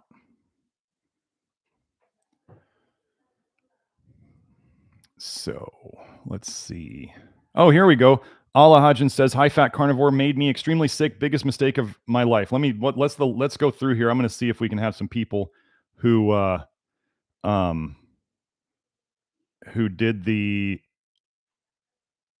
who posted about the diets that ruined them. It sounds like the days of our lives. But thank you for Allah Hajjan. Thank you for introducing me to that. I want you guys to know, I am only interested in helping people get better. That's it. So if somebody said, like, for those of you who are on the Love Your Liver program and you're listening to this right now, and let's say you know already that, I mean, what was Grant's diet? Grant's diet was beef or bison, white or brown rice, and black beans. That's not a complicated diet. He's been eating it for like 7+ years because you want to know, Grant, I have so much respect for Grant because his goal is to prove that by eating this extremely low, it's not zero, this extremely low vitamin A diet for 10 years. That is what he wants to do. He's going to expand his diet a bit at 10 years, but he wants to do it to prove that we don't need vitamin A beyond a doubt. That's his goal. Love that guy. He's coming on my inner circle. He comes on my inner circle inside the network. It's an extra fee to join the inner circle where you get to ask more questions like this. I'm going to go do this in about 2.5 hours. Grant's coming on today. Grant comes on once a month, joins us for questions. Awesome guy. And if you want to see it in a less expensive way, there's the Advanced Detox network or program inside the network, and there's still an extra. So you join the network, and then there's this additional charge if you want to join those other things to see those videos, to see where I get to talk about things that I wouldn't talk about on YouTube. I got a strike. I do have one strike for a video that I never made public. It was a private video. Even in private, you can't say things. But yeah, thank you for introducing me to that. So if somebody said, like, let's say if it were me, let's say I was really sick. Let's say I was. And I was like, you know what? I tried being vegetarian once. It was a disaster. Never doing it again. I feel really good on beef. I could eat beef every day. And if I was really sick and I went, lean beef and hot water, you don't say, I'm going to try that. Now, if somebody came to me and they said that, like the person who's eating potatoes right now, or the person who came who is just eating mangoes, or the person who's coming and just eating rice, what we do is they start doing the other things that we do in the program, make sure they're not getting other poisons in. Maybe the mango and the rice people try to start figuring out how they can get enough protein in their diet, because what can cause cholestasis also?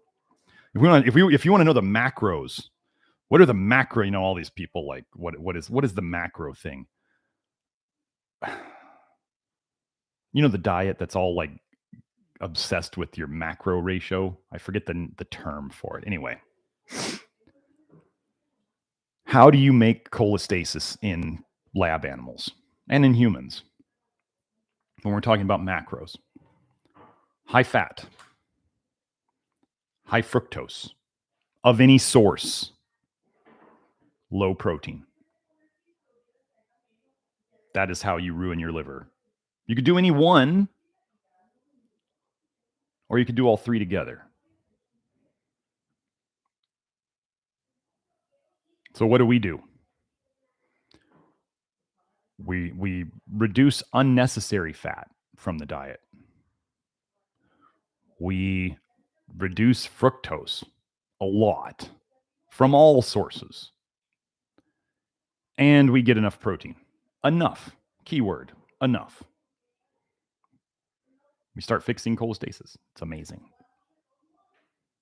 We just do the opposite. That's really like the definition of insanity, right? Doing the same thing over and over and expecting different results. So we do the opposite. We look at what causes this. Okay, let's start moving in the other direction.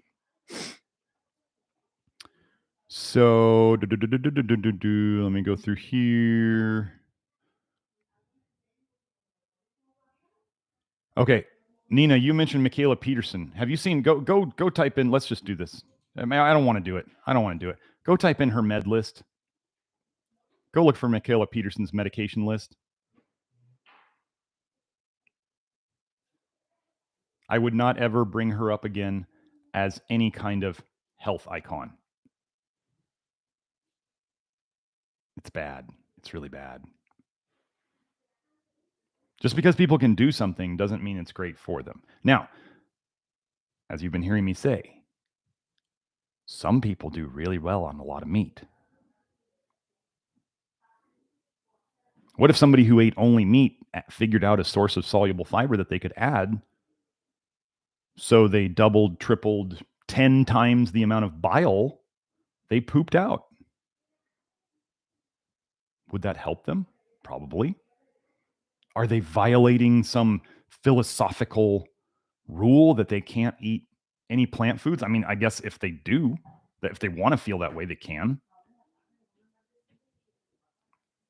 The purity thing of diets is just a joke, where people are like, I have to only eat animals. And you're like, well, why would you leave this out if it helped? Like, okay, let me give you an example. a gentleman I know, smart guy. He was a vegan. He was getting eye problems. So let me review a couple things about this situation. Vegan diet. Going to be high protein or low protein? Probably going to be low protein. Probably inadequate protein. Vegan diet. Going to be high or low in carotenoids? Probably going to be real high in carotenoids, especially if you're trying to be a healthy vegan and eat the rainbow. Then let's go into the research.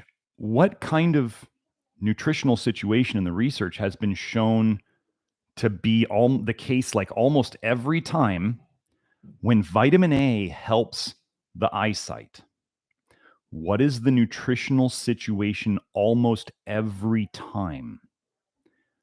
Malnourished, undernutrition. Anybody ever looked at a vegan and thought they might be malnourished? I have. There's a whole series on YouTube showing this. So we have a vegan, probably not getting enough protein, probably not getting enough total calories, probably getting tons of vitamin A, developing eye problems. When does vitamin A help undernourished, malnourished? He said he started eating a little bit of liver and his eyesight got so much better. Oh, I also forgot one thing about a vegan diet. Zinc deficiency. Absolutely. Seen it on hair tests. Vegans come to me, way too much copper and not enough zinc. The only people I ever see come to me who may have enough zinc when they start out and don't have too much copper is all muscle meat carnivores. Do they have other issues? I mean, obviously they're coming to see me, so there's still issues. Doesn't fix everything. So he said he ate some liver and his eyesight got so much better. And I was just sitting there going, I know what's going on here and it's not going to end well.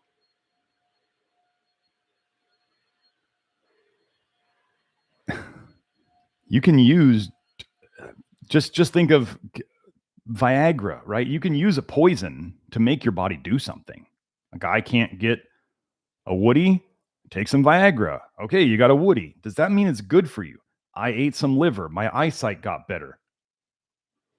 Good, wonderful. It doesn't mean it's good for you. I talked to an optometrist 2 weeks ago.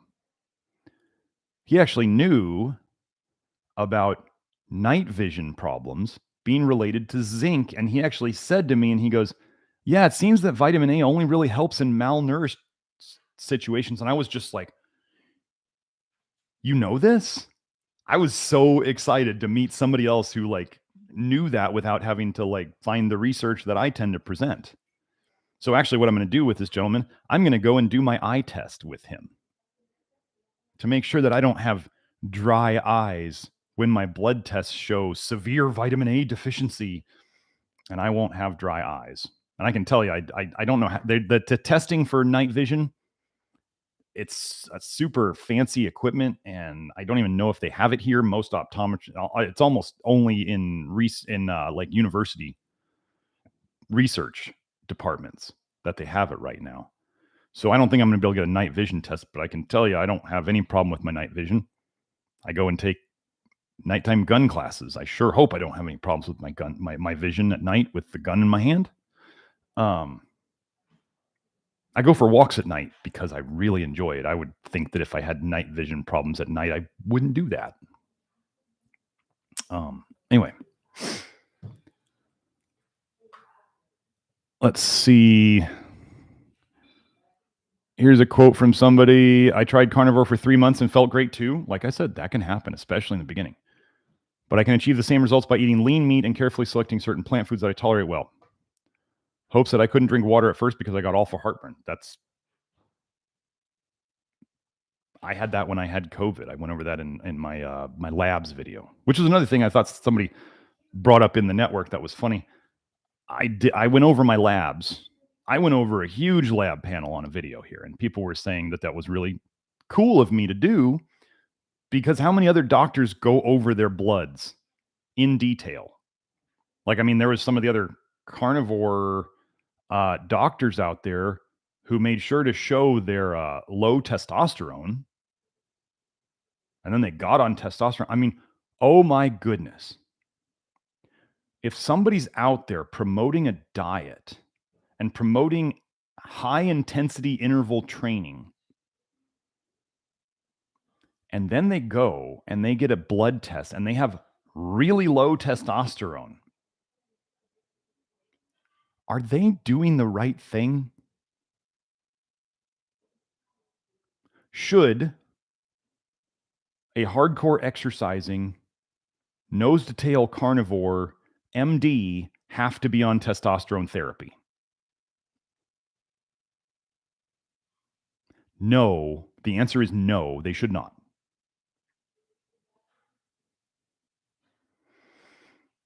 Like I said, I'm 46. I'm in the best shape of my life, and I'm not on testosterone. I'm going to eventually do some, videos and photography to demonstrate this in a better manner than just these head-only YouTube videos. Because I'm impressed with where I've gotten to at this age. I'm in better shape than I was in college. Absolutely. And I almost weigh the same. Back when I used to do bodybuilding and stuff, and I didn't really care that much about being lean, but I had nice arms and stuff like that. But I'm in better shape now, and I'm not on testosterone. Who says that at 46? And I'm not trying to brag. I'm saying this stuff works. Don't listen to the 20-somethings out there trying to sell you liver chips. We all fell for it. We all fall for it.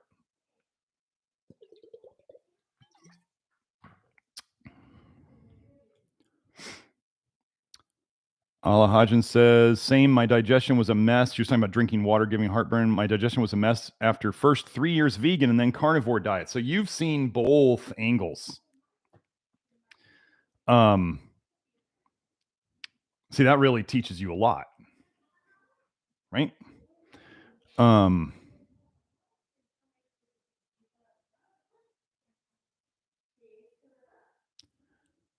We're going to talk about charcoal real quick.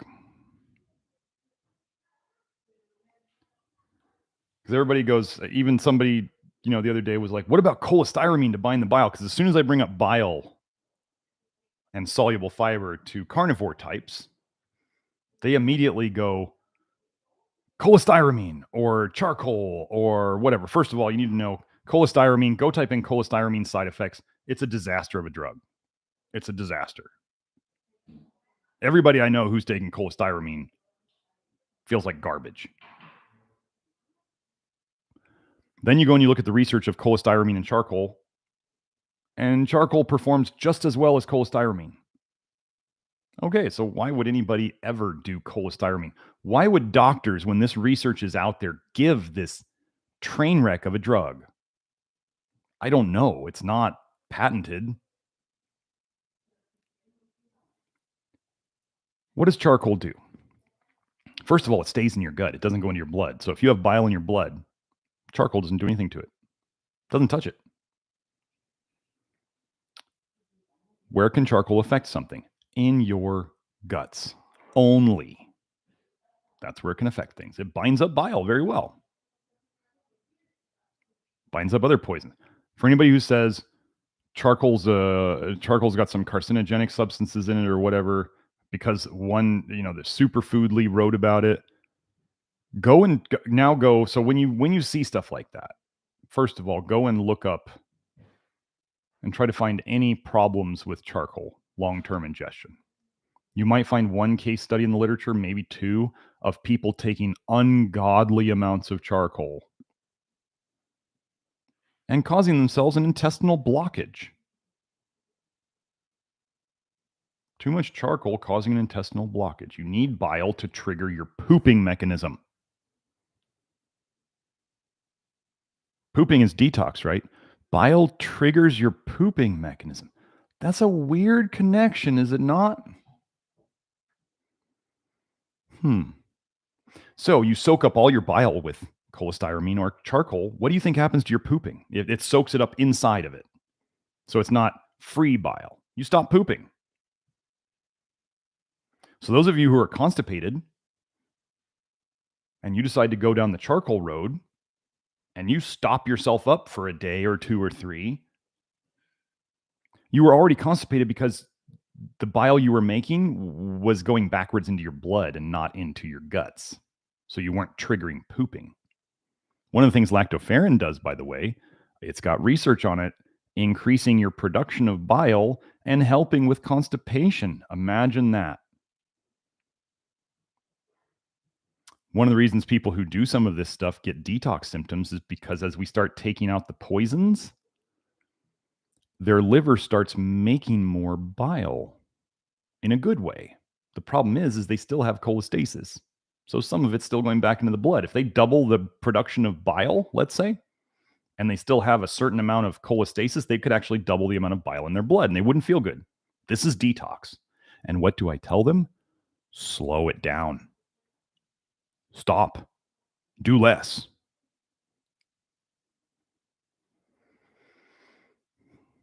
People can just go on low vitamin A diets and start detoxing, getting detox symptoms. It's not vitamin A deficiency. It takes years. It took me 3 years to go from the 50s to a 28. 3 years, and I still, technically on my 6 months ago labs, I still wasn't deficient. 3.5 years.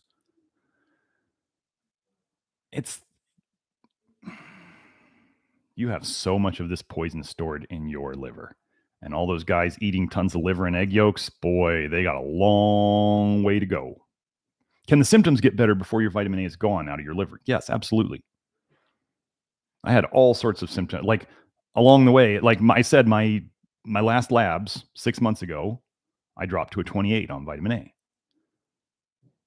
But in the first year or 2, I can tell you that my chronic insomnia went away, my psoriasis went away, my what was the other one? Oh, the prostate urinary stuff went away. Like you don't have to be empty of vitamin A. So like when the woman who did the beef and hot water diet and got over her chronic health issues, she was able to get out of bed, right?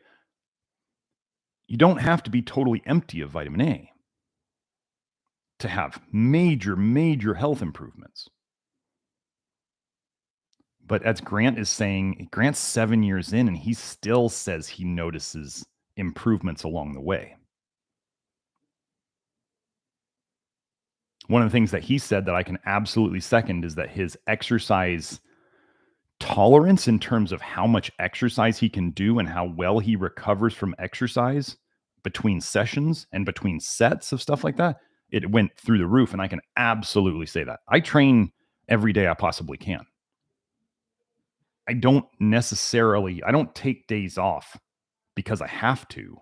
I take days off because my schedule tells me I need to. And I do full body training every session. It's different every time, but I do full body training. I do upper body and lower body, and I do functional exercises, so the core is always involved.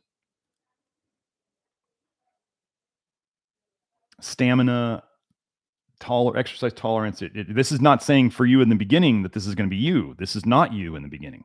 Exercise causes bile dumping. You dump too much bile, you get too much in your blood. This may be why you feel so wrecked after exercise.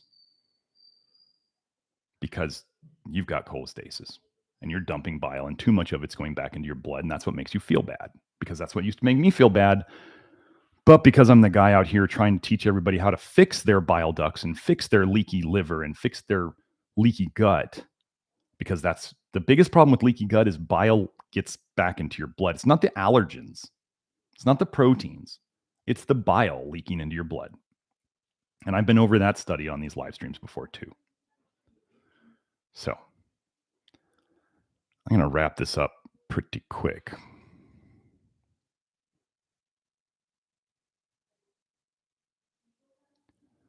Let's see.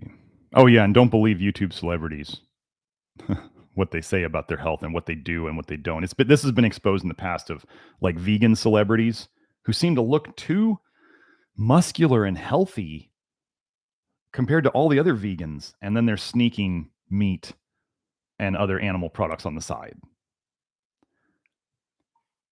Actors, which YouTube celebrities can fall under, are liars by definition.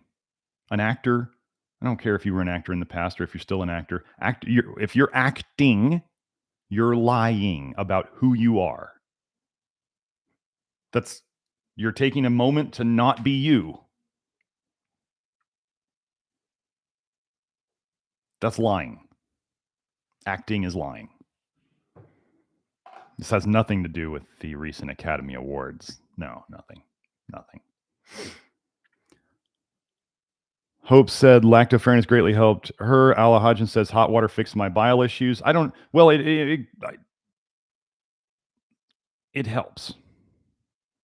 I think it can help. Hot water better than hot water doesn't necessarily make toxic bile go anywhere. You might dump more. Heat does tend to dump more bile. This is why some of you go out in the sun, get hot, you feel like garbage for days, or you take a hot shower and you get faint, or you take a sauna and it wrecks you. Like, yeah, heat causes bile dumping. These are things I call agitators. I have a whole video on agitators in the program. These things are generally thought to be good for you, but if you overdo them, you're going to feel wrecked. So how much of them should you do? Take a guess. The amount that's right for you at the time, which will be less when you're sicker, and you'll tolerate more as you get better. There was a period of time on this detox where I didn't really exercise much at all, because any of it would make my back so stiff, because that's a bile dumping thing. That's the kidneys having to take on the bile that the liver can't get rid of. And I was really getting kind of depressed about it, because working out is like part of me. I became a personal trainer at age 18. Like, the gym it's part of me. So taking that away, it sucked. But now I'm doing more. I'm the guy at my boys' basketball practice who's working out on the playground. That's me now. I'm not sit around at the picnic tables and just get fatter. Move your body, people. 10,000 steps a day. Work on that first. You may not be able to do that at first. You may do 2,000 steps a day. Start with walking. And then, over time, add to it as you're able to.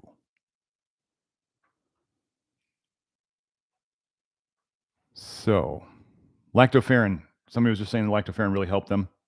That was the point of me bringing it in, was when I figured out the cholestasis thing, I basically figured out that Lactoferrin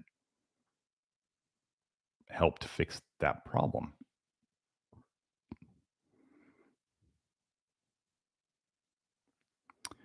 So let's see, anybody else? Simon says, thanks for your work, but wild game animals do indeed carry fat. I didn't say they don't carry fat. And then he says, not always, of course. Yes, seasons would change how much fat they carry. The type of animal would change how much fat they carry. Absolutely. But when in good condition, as a hunter of big game in Africa, I can certainly attest to this. Big game is a pretty different thing than like small game animals, which is what most people would hunt for food, or trap, stuff like that. But yeah, I didn't say like people trying to do, a 80% fat keto diet on game animals is going to be pretty hard, or they're just going to be wasting a ton of the actual muscle meat, is my opinion on it. Yeah. Nobody ever said hunter-gatherers lived a long time, right? But they should, if it's so magical. Shouldn't they all be 100 telling us what to do? You know what I mean? I mean, I'm being facetious, but I'm also just,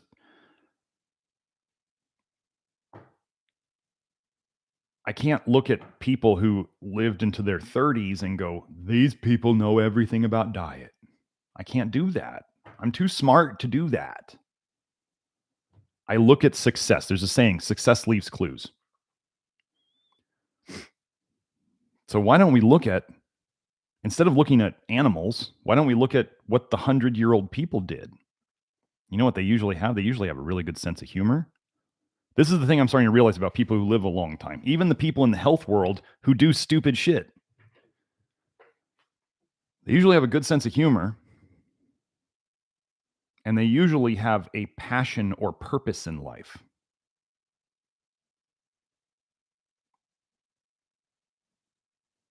Those two things can't be given to you in a pill or in a diet.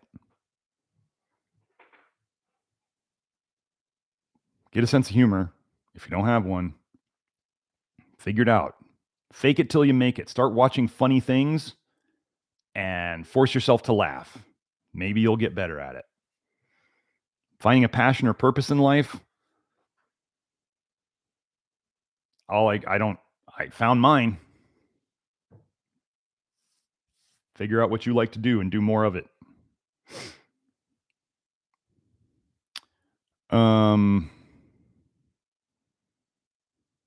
Simon adds here, eating liver, eggs, salmon, and sardines nearly killed me. Normal meat suits me at least now with no supplements. Thanks for helping me, though. Now, that's great.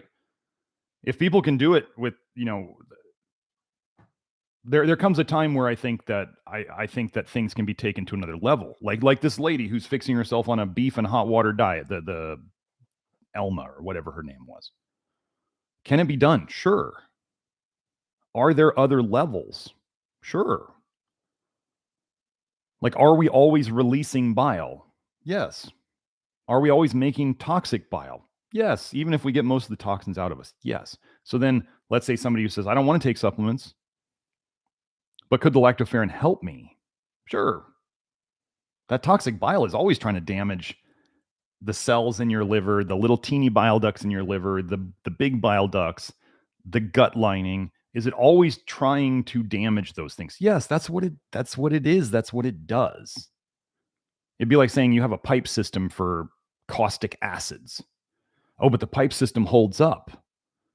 But are the pipes constantly being attacked by it? Sure, yeah. So if somebody said, well, could I potentially get some benefits out of lactoferrin more than just my diet? Sure. Yeah, I think that's possible. Do we think that if we think that humans have huge mineral deficiencies and that the animals that we eat, obviously, here's the reality.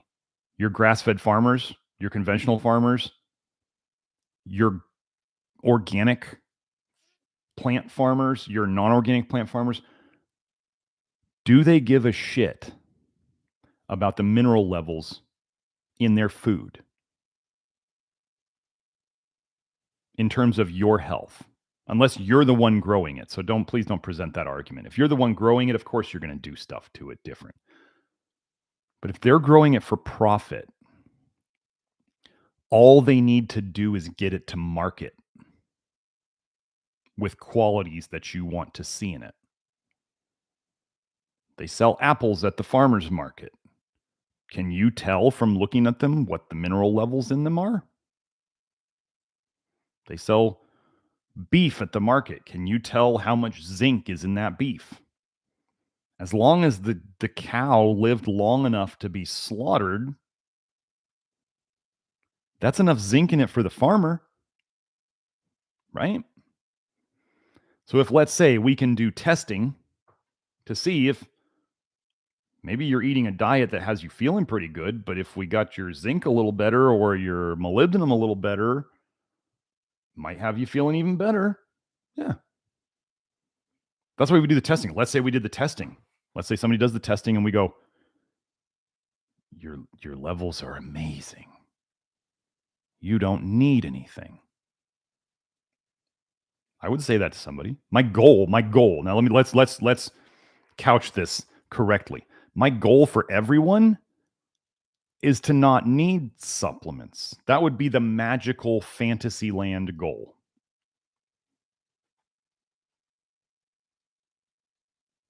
However, do we live in a world where all these people making our food give a shit about our mineral status? No. They just want to sell us something. Even the good ones. Because if they can't get something to market, they make no money, they go out of business. They just have to get stuff to market. And how do they get, and being a farmer these days sucks. I'm not discounting their job at all. They are amazing. The lack of farmers is going to be a huge problem for all of us very soon.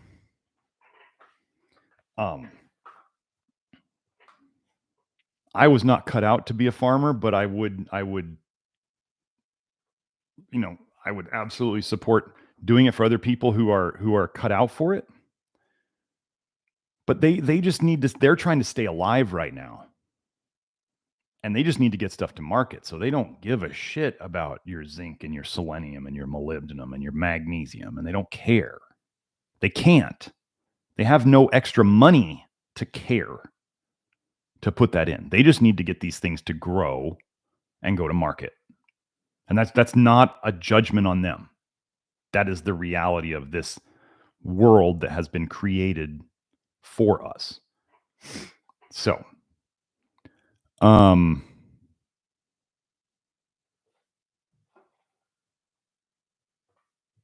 let's see. Anything else?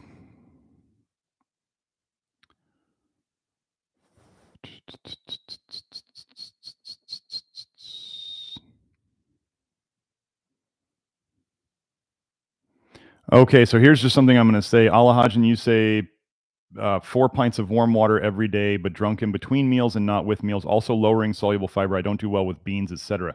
So I'm going to tell you a little secret here. People who eat all meat,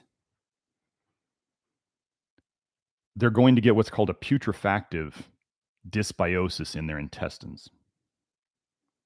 Because what happens to meat? It putrefies. That's the rotten meat stink. Moving things, if we had, let's say, slow digestion because we didn't have kind of the fiber thing to move things through, then we would get an even worse putrefactive problem. Oh, and high-fat diets absolutely crush your bifido bacterium populations, just so you know. And bifido has been shown to be highest in babies and lowest as we age. High-fat diets crush bifido. What is just about everybody eating too much of these days? High-fat diets. Everybody's eating too much fat and too much fructose. What causes cholestasis? Oh, yeah, right. But a putrefactive gut situation doesn't do very well with beans. It's just, I can't say why.